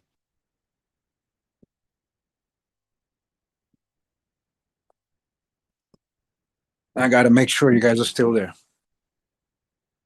So, where was I? So, two armed guards flank them. Maybe they still have their shackles on. They look out on Matanzas Bay to the red Atlantic. A steamship chugs away in the distance. At the right of the frame is a lighthouse. The casemates and parade ground are visible beneath the natives. According to Pratt, the only outlook besides the sky the prisoners could have was by going to the terraplane under the charge of the guard, which was done several times each day. Otherwise, they were confined to the court below and the casements in which they slept. To what sort of place had they been fetched? Today, at the Castillo de San Marcos National Monument, you can walk the parade ground and poke your head into those casemates' dungeons. You can stand on the ramparts exactly where Sotom's fellow confined stood and look out on the ocean, as I have. There has been some development in the intervening decades, but the lighthouse is still there. In many ways, the view is unchanged from Sotom's picture. What sort of place indeed? So this was a crazy place, man, like to be put in, man. And the fact that it wasn't cells or a real fort, it kind of telling you they probably didn't build that, right? They probably didn't build that, right? Pat was a career Army officer. He decreased the Fort Marion prisoners in uniforms and imposed military style discipline on them. He was their jailer, yet sometimes else was also going on. Sorry, something else was also going on. We will never know the precise moment, but at some point, either while observing the Indians on the long trip to Florida or something, or sometime shortly after arrival, Pratt was seized by the same notion that so tightly gripped Robert Fitzroy. He would see that his charges were educated as a means of betterment for all their people. In part, this was so they could serve as cultural mediators between their people and the Europeans. He favored promoting English speech in order to bring the Indians into best understanding and relations with our people. But his urge ran much deeper than a rudimentary desire to facilitate communication. In addition to military drill, art, and English, Indians were instructed in various mechanical arts and the Christian religion. Right? That's when you become apprentices, so-called slaves, right? Among the European visitors who regularly passed through Fort Marion was the writer and former abolitionist Harriet Beecher Stowe, the author of Uncle Tom's Cabin. Wow. Wait, so among these visitors that saw these Indians, right, was the guy who wrote, or the person who wrote Uncle Tom's Cabin, huh? Do you see what I'm saying, guys? Man, like That whole African narrative. These people who wrote these, they know they weren't Africans. In articles for the periodical The Christian Union, she wrote that the younger prisoners wanted to remain and go anywhere they could get an education that would fit them to go back and teach their people the arts and trades of civilized life. Amplifying on the theme, she added that the Indians wished to learn farming, blacksmithing, and other useful arts, as well as to carry on the study of the English language and literature with a view of being useful to their own people. Though it is Stowe or Stowe speaking here, she is clearly ventriloquizing Pratt, mimicking. In her words, one can also hear the failed dreams of Fitzroy for his fusions. Once they arrived in Florida, the prisoners adapted readily to life on the Atlantic littoral. They enjoyed beachcombing, collecting sea beams, palm seeds that washed up on the beach, which they polished and decorated. They also collected alligator teeth. Initially, they sold these to local merchants who resold them to tourists. They then realized that they could cut out the middleman and sell them directly, making a greater profit. They especially liked fishing from the beach for sharks, which they called water buffaloes. All right. The Indians even ventured out onto the ocean as well, albeit not very far. Pratt chartered local boats for sailing excursions. Later, he purchased the yawls from a wrecked schooner. The natives learned how to row and sail these vessels and began to take tourists out for pay. Pratt also allowed the prisoners to sail to Anastasia Island, the barrier island separating St. Augustine from the ocean, and camp, sometimes unsupervised. All these activities of quotidian life on the Red Atlantic were captured with pencils and paper by Sotom. Wow, I gotta really try to find these drawings, guys. It might give us a lot of drop and perspective. Like I'm really interested, right? I probably will do that. I'll try to look for them. So we're on page 82. We're almost done with this chapter, guys. We're almost done for today, so don't go anywhere. Right? One of Pratt's greatest educational successes was making medicine oku, hatu, or okerhater.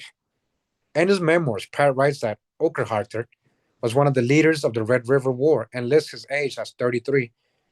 Mann, however, says that the Cheyenne oral tradition maintains that he was not a participant in the outbreak, but rather a little boy who insisted on following his older brother into exile. Though the army tried to pull him away, he so clung to his sibling that they relented and took him to the prison as well. Like Sotum and Kohoe, or Lame Man, among others, Oker Hater took to drawing and became a prolific artist during his imprisonment. Wow. That's the only way they dealt with their, you know, the present life, really. Art was, of course, known and practiced by natives prior to any encounter with Europeans or experience of their educational processes. Well, we already know this is a true old world. Okerhater, however, also adopted the most pervasive of European imports across the Red Atlantic. Other than contagions, he became a Christian. In considering the Native American experience, we often think of Christianity as a purely negative force, a vehicle of white oppression or European oppression. In her article, Everything Necessary for Our Salvation, April Middlejohns characterizes this position as vis a vis Christian religion.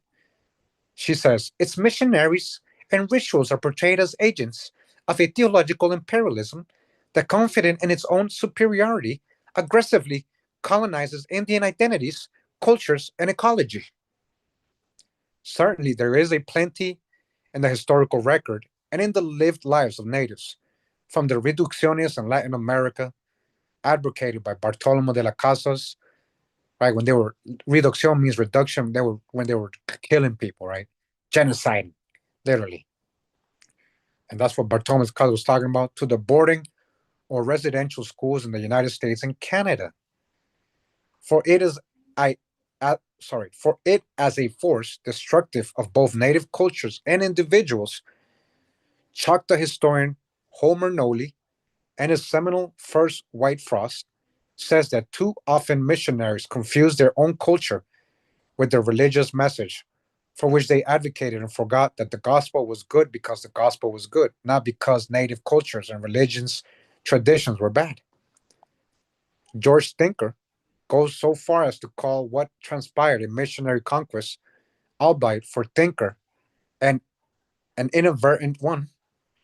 While on the scales of history, the balance tilts overwhelmingly towards the negative effects of Christianity, there are nevertheless counter examples. Native Americans, both as individuals and collectively as cultures, were and are highly adaptive, capable of absorbing anything that seemed to them to have power.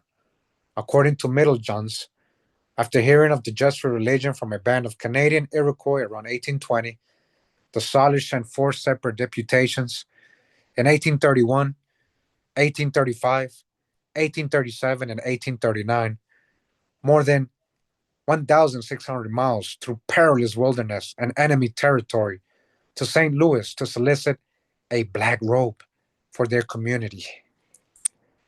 Their stubborn singleness of purpose, which even the Protestants could not deter, indicates that something about this branch of Christianity resonated with Salish beliefs and needs. You see that? That's deep right there. Why did Indians become praying Indians and accept this whole Christian thing? Guys, because you got to understand, these are biblical people. So they use that to try to convince Indians, yeah, hey, yeah, it's the same thing. It's the New Testament.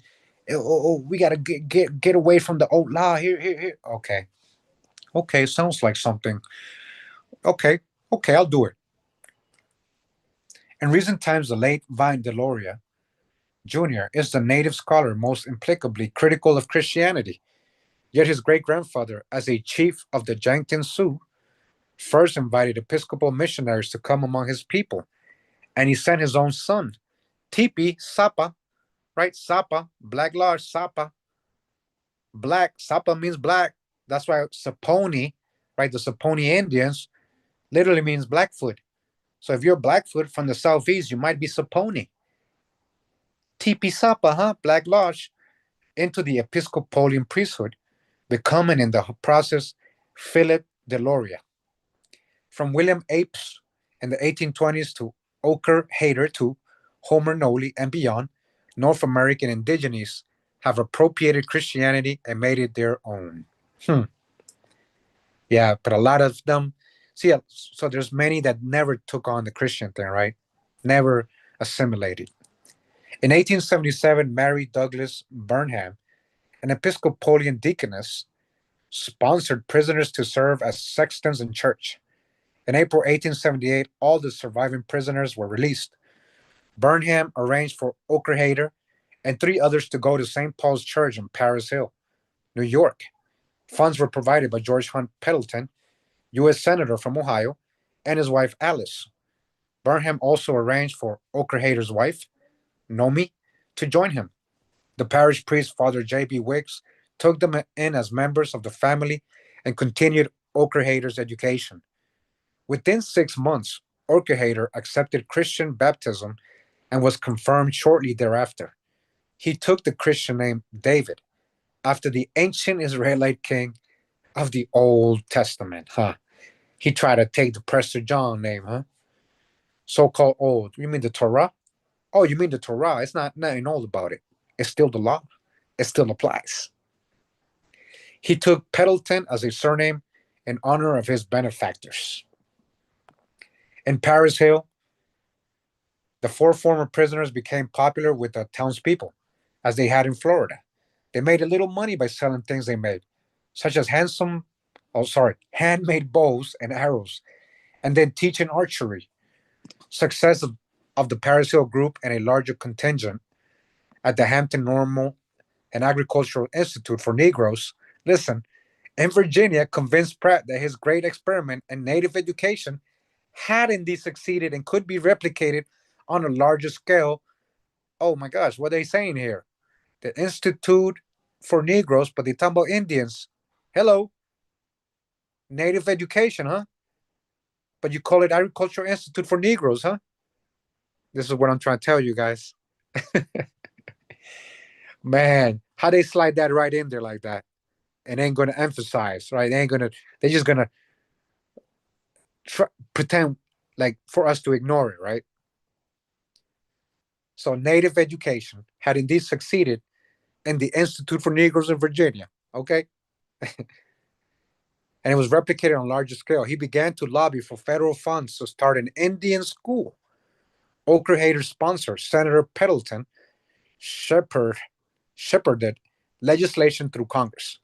In 1879, the Carlisle Indian Industrial School opened in Pennsylvania with Richard Henry Pratt as its superintendent.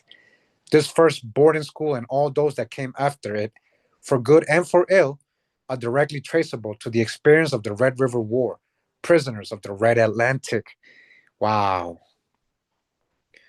So, guys, this includes, this goes into what I'm going to try to do a video on at some point, how the first Ivy League colleges and schools and institutions were all about Indians, were about civilizing the Indians, getting the Indian out of them and making them civilized men. Harvard, all the Ivy League schools, guys, Yale, all of them, all of them. David Pendleton Oakerhater was ordained as a deacon in his Episcopal church in July 1881. Shortly after his ordination, Pratt sent him to Indian Territory and the Dakotas to recruit students for Carlisle.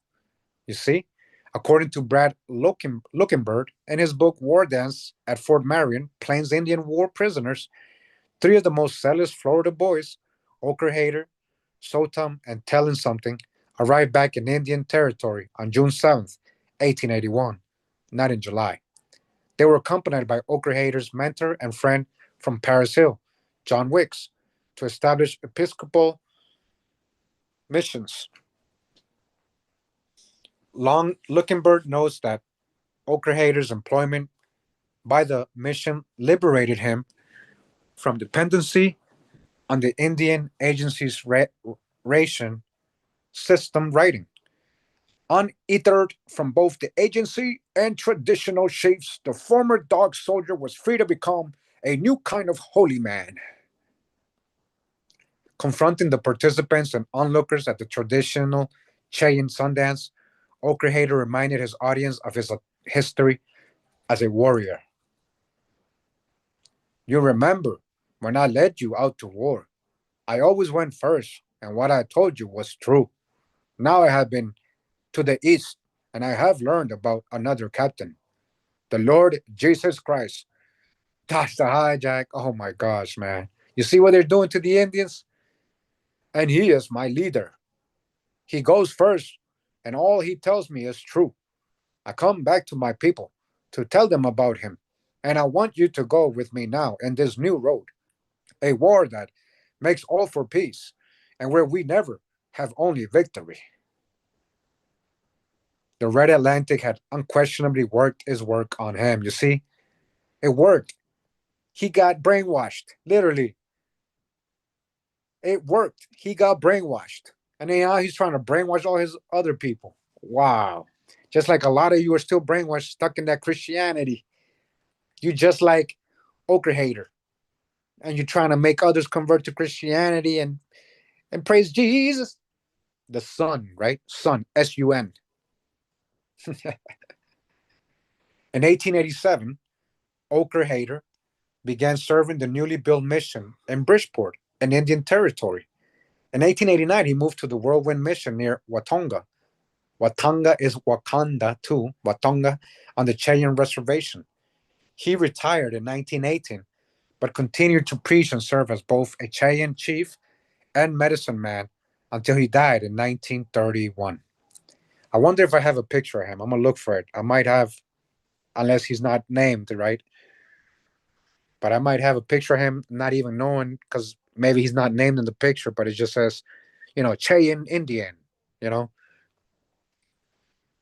But he died in 1931, so there might be a picture of him, right?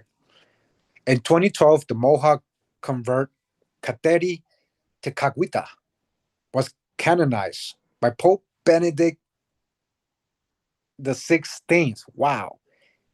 He was canonized, the Mohawk, right?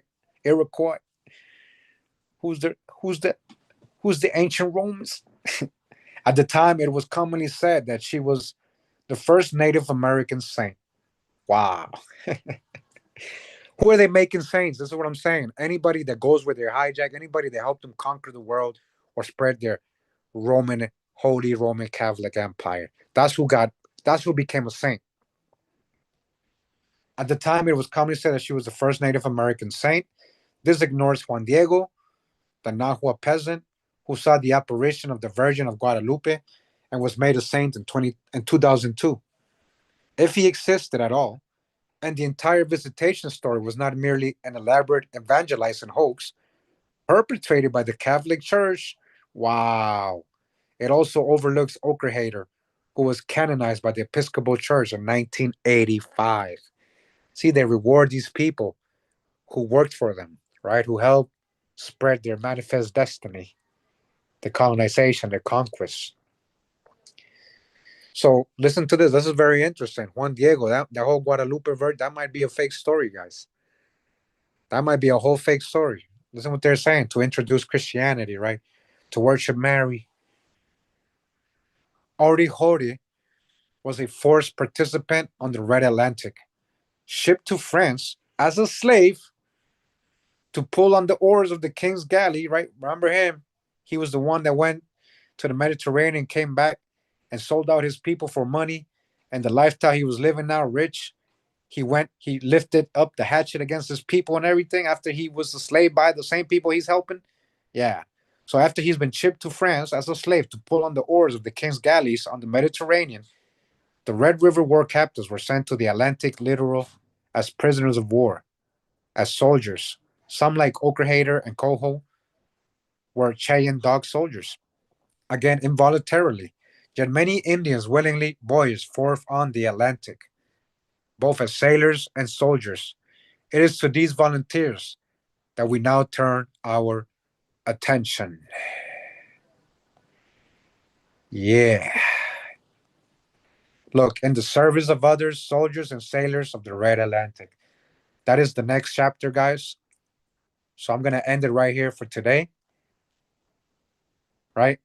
I hope you enjoyed your reading. I thought this chapter was really good. Those last 2 days that we read this chapter, I thought it had a lot of good context and drop that a lot of people are missing.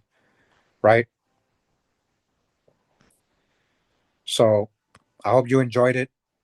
Again, this was the book, The Red Atlantic, American Indigenes and the Making of the Modern World, 1000 AD to 1927 by James Weaver.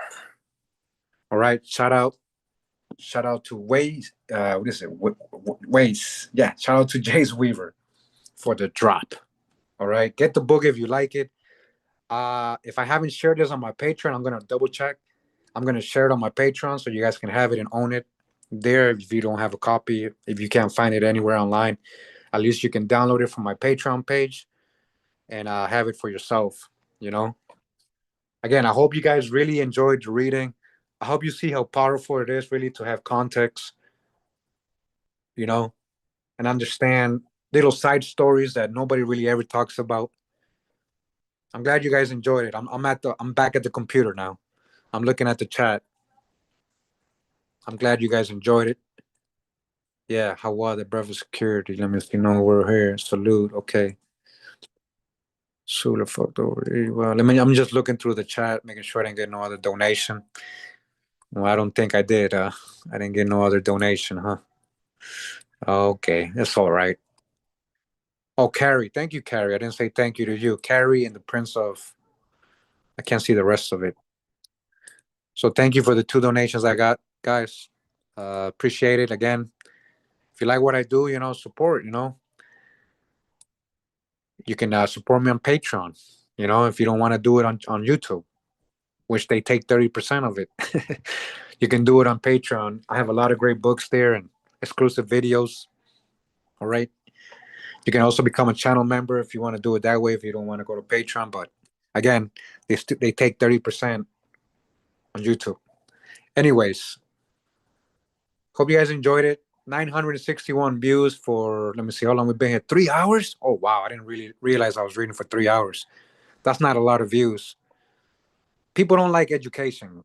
That's what sucks. You know, people don't really like education. People don't really like to read. People want shorts. That's what they're accustomed conditioning you guys to learn with shorts, and you guys don't realize it. I get a lot of comments from my shorts. Oh, oh, do you have more videos like this? I'm like, yeah, go watch my full length videos. You're not really learning from shorts. And a lot of people that think they know me, they only watch one or two or three of my shorts and they think they know me. They're missing so much context, right? Just like Homeboy from last week or 2 weeks ago, right? Yeah, they think they know me because they saw me do a short about the Olmec. That's all they care about. Olmec, Olmec, Olmec, Olmec, Olmec, Olmec. Yeah, I've done a lot of research in the last 9 years, right? In the last 9 years. I wonder if I can share my screen. Let me see if I can share my screen here from my computer. Nah, I don't want to do all that. I don't want to. That's a lot of work. I'm good. But this is your first live. Yeah. I go live all the time. Welcome to the channel. I don't recognize you, but thank you for taking the time to learn together, to learn with all of us, with myself. You know, I'm reading things in this book that I never came across. Bit of detail here and there, a little context here and there. Yeah, we do a lot of research on this channel, and we try not to be biased, of course, but bias is almost like a human thing. So what I try to do is at least show what I believe in with sources, with facts, you know. And if I can't prove it, I don't have videos about it. And if I do have videos about it, I tell you guys this is a theory, like, or it's in my series History or Myth, right? Like, you guys decide. So yeah, we're all professional learners. That's what we are. We're master students, not master teachers. That's a hijack. That's ego tripping. That's black movements. That's done with. Stop calling people master teachers when they're not even teaching you anything. Stop following people blindly. It's not just about the info. You got to know where people's hearts are at. You know, I know a lot of you just come for the info and you don't care about anything else, or but eventually you have to, because eventually it's gonna bite you in the ass. You're following people blindly. I'm just trying to tell you, right? I'm just trying to be real with you. All right. So, I mean, I would want to go out with a song, but I'm on my phone and I can't do all that. I always got background music and I go out with an intro, but I'm not doing that today. Again, I'm fighting. I'm finally feeling some kind of moments of relief after 5 or 6 days of this horrible pain, this horrible uncomfortedness. I've had bad pain. I've had injuries before, guys. I've gone through orbital operate. I broke my orbital bone in my eye, under my eye. One time I got jumped. I fought like 30 people, and I still got up after they hit me. I still got up. Eventually, eventually they saw that I got up so much and I kept fighting that they was just, all right, man, leave him alone. All right, leave him alone. And they just left. But that's me, man. That's just how I am, you know. Anyways, that's a whole other story. This happened like 5, 6 years. I can't even remember when that happened, honestly. Like, it was a while back while I was doing videos, and I still kept doing videos. Anyways, my point was that I didn't take no pain medication at all. At all for that. After the operation, I dealt with it. I had a sciatica nerve on my leg injury like a while back too. I didn't take no pain medication. I dislocated my clavicle bone about 2 years ago now, I think. You guys remember, right? I took no pain medication because I don't like pain medication. I like natural stuff, guys. But this one right here, because of where it was on the back of my left shoulder, like literally going all the way to my arm, my left arm, it connected to so many ligaments and nerves that it was hurting me so bad. Like, even if I stand, even if I walk, even if I lay down, even if I hold my phone with the other hand, anything. Yeah, anything. Like, this one, I really wanted painkiller this time. Like, I'm taking a painkiller right now. Like, It's giving me some kind of relief. I still feel the pain a little bit, like there, here, lingering. But that's why I'm doing this on my phone, this week. I hope you guys appreciate what I'm doing, man. Like, this is not easy. Like, most people would not try this. Most people would be in bed complaining. Most people would be, I don't know, crying. I don't know, man. Like going crazy, taking the craziest pain like opioids, like the hardest. Not me. I'm taking a very simple one. It's more for inflammation than the pain. It's called Voltaren. I don't know if you guys ever heard of that. So it's not like the opioids and all that other crazy stuff. Like, that most people, other people take. I'm very pain tolerant, guys. Like, which is not always a good thing because I'm so pain tolerant. I go to hospitals and I'm not showing pain and I'm not screaming, and so they're not really diagnosing me correctly because it looks like I'm okay. But yeah, I'm made like that. I'm just made like that. And this time it really, I've had toothaches. I've had all that, man. I've had injuries that are most people can't really survive. Most people would definitely take pain medication for, you know. But yeah, there you go, bumbo shot. Yeah, So the sciatica in my leg.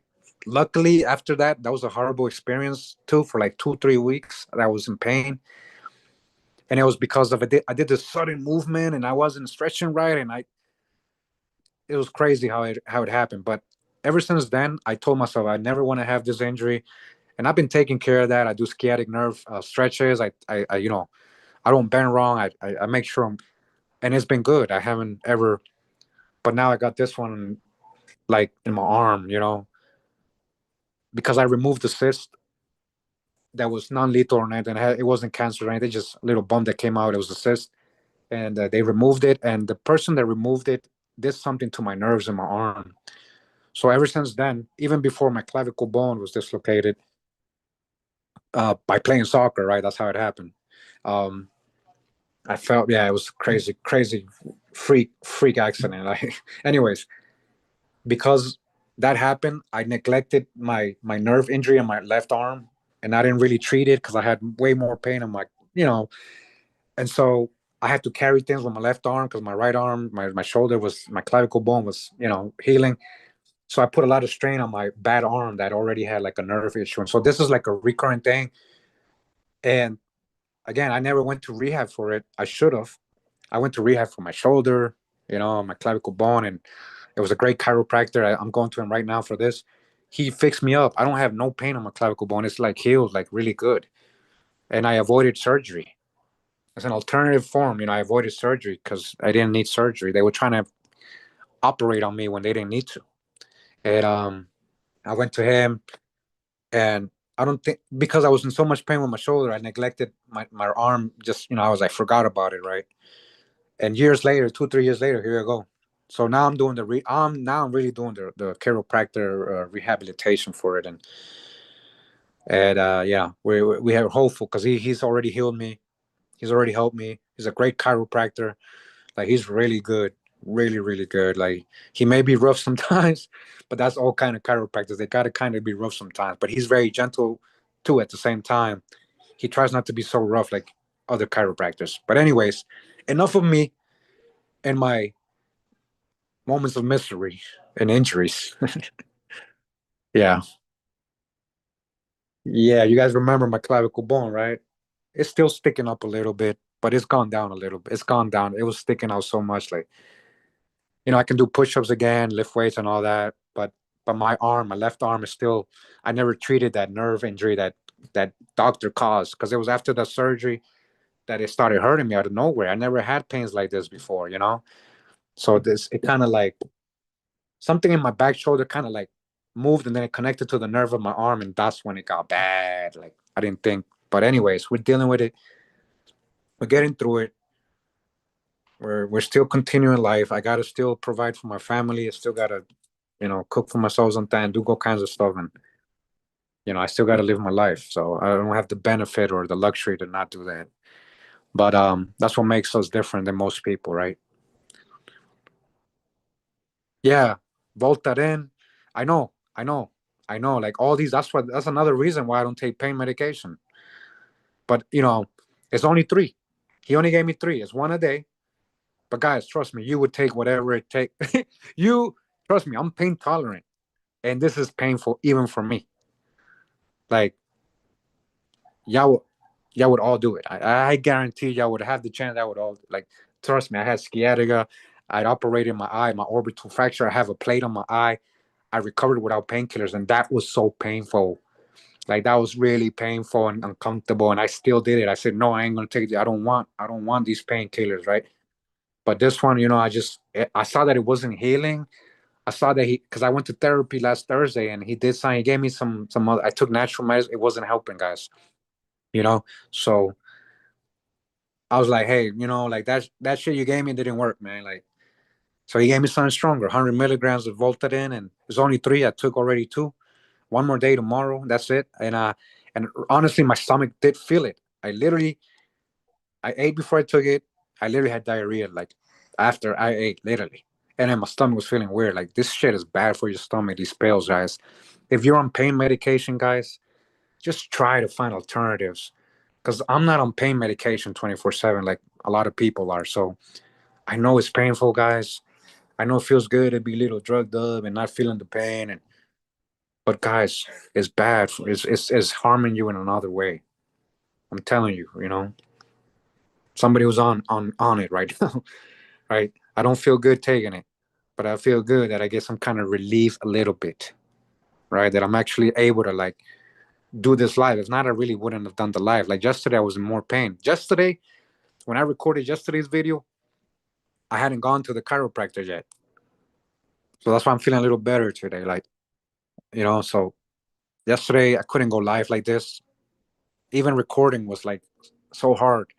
That's why it took me all day, guys. It took me all day to do yesterday's video, which was a lot shorter than today's. It took me all day, and you saw what time I uploaded it very late.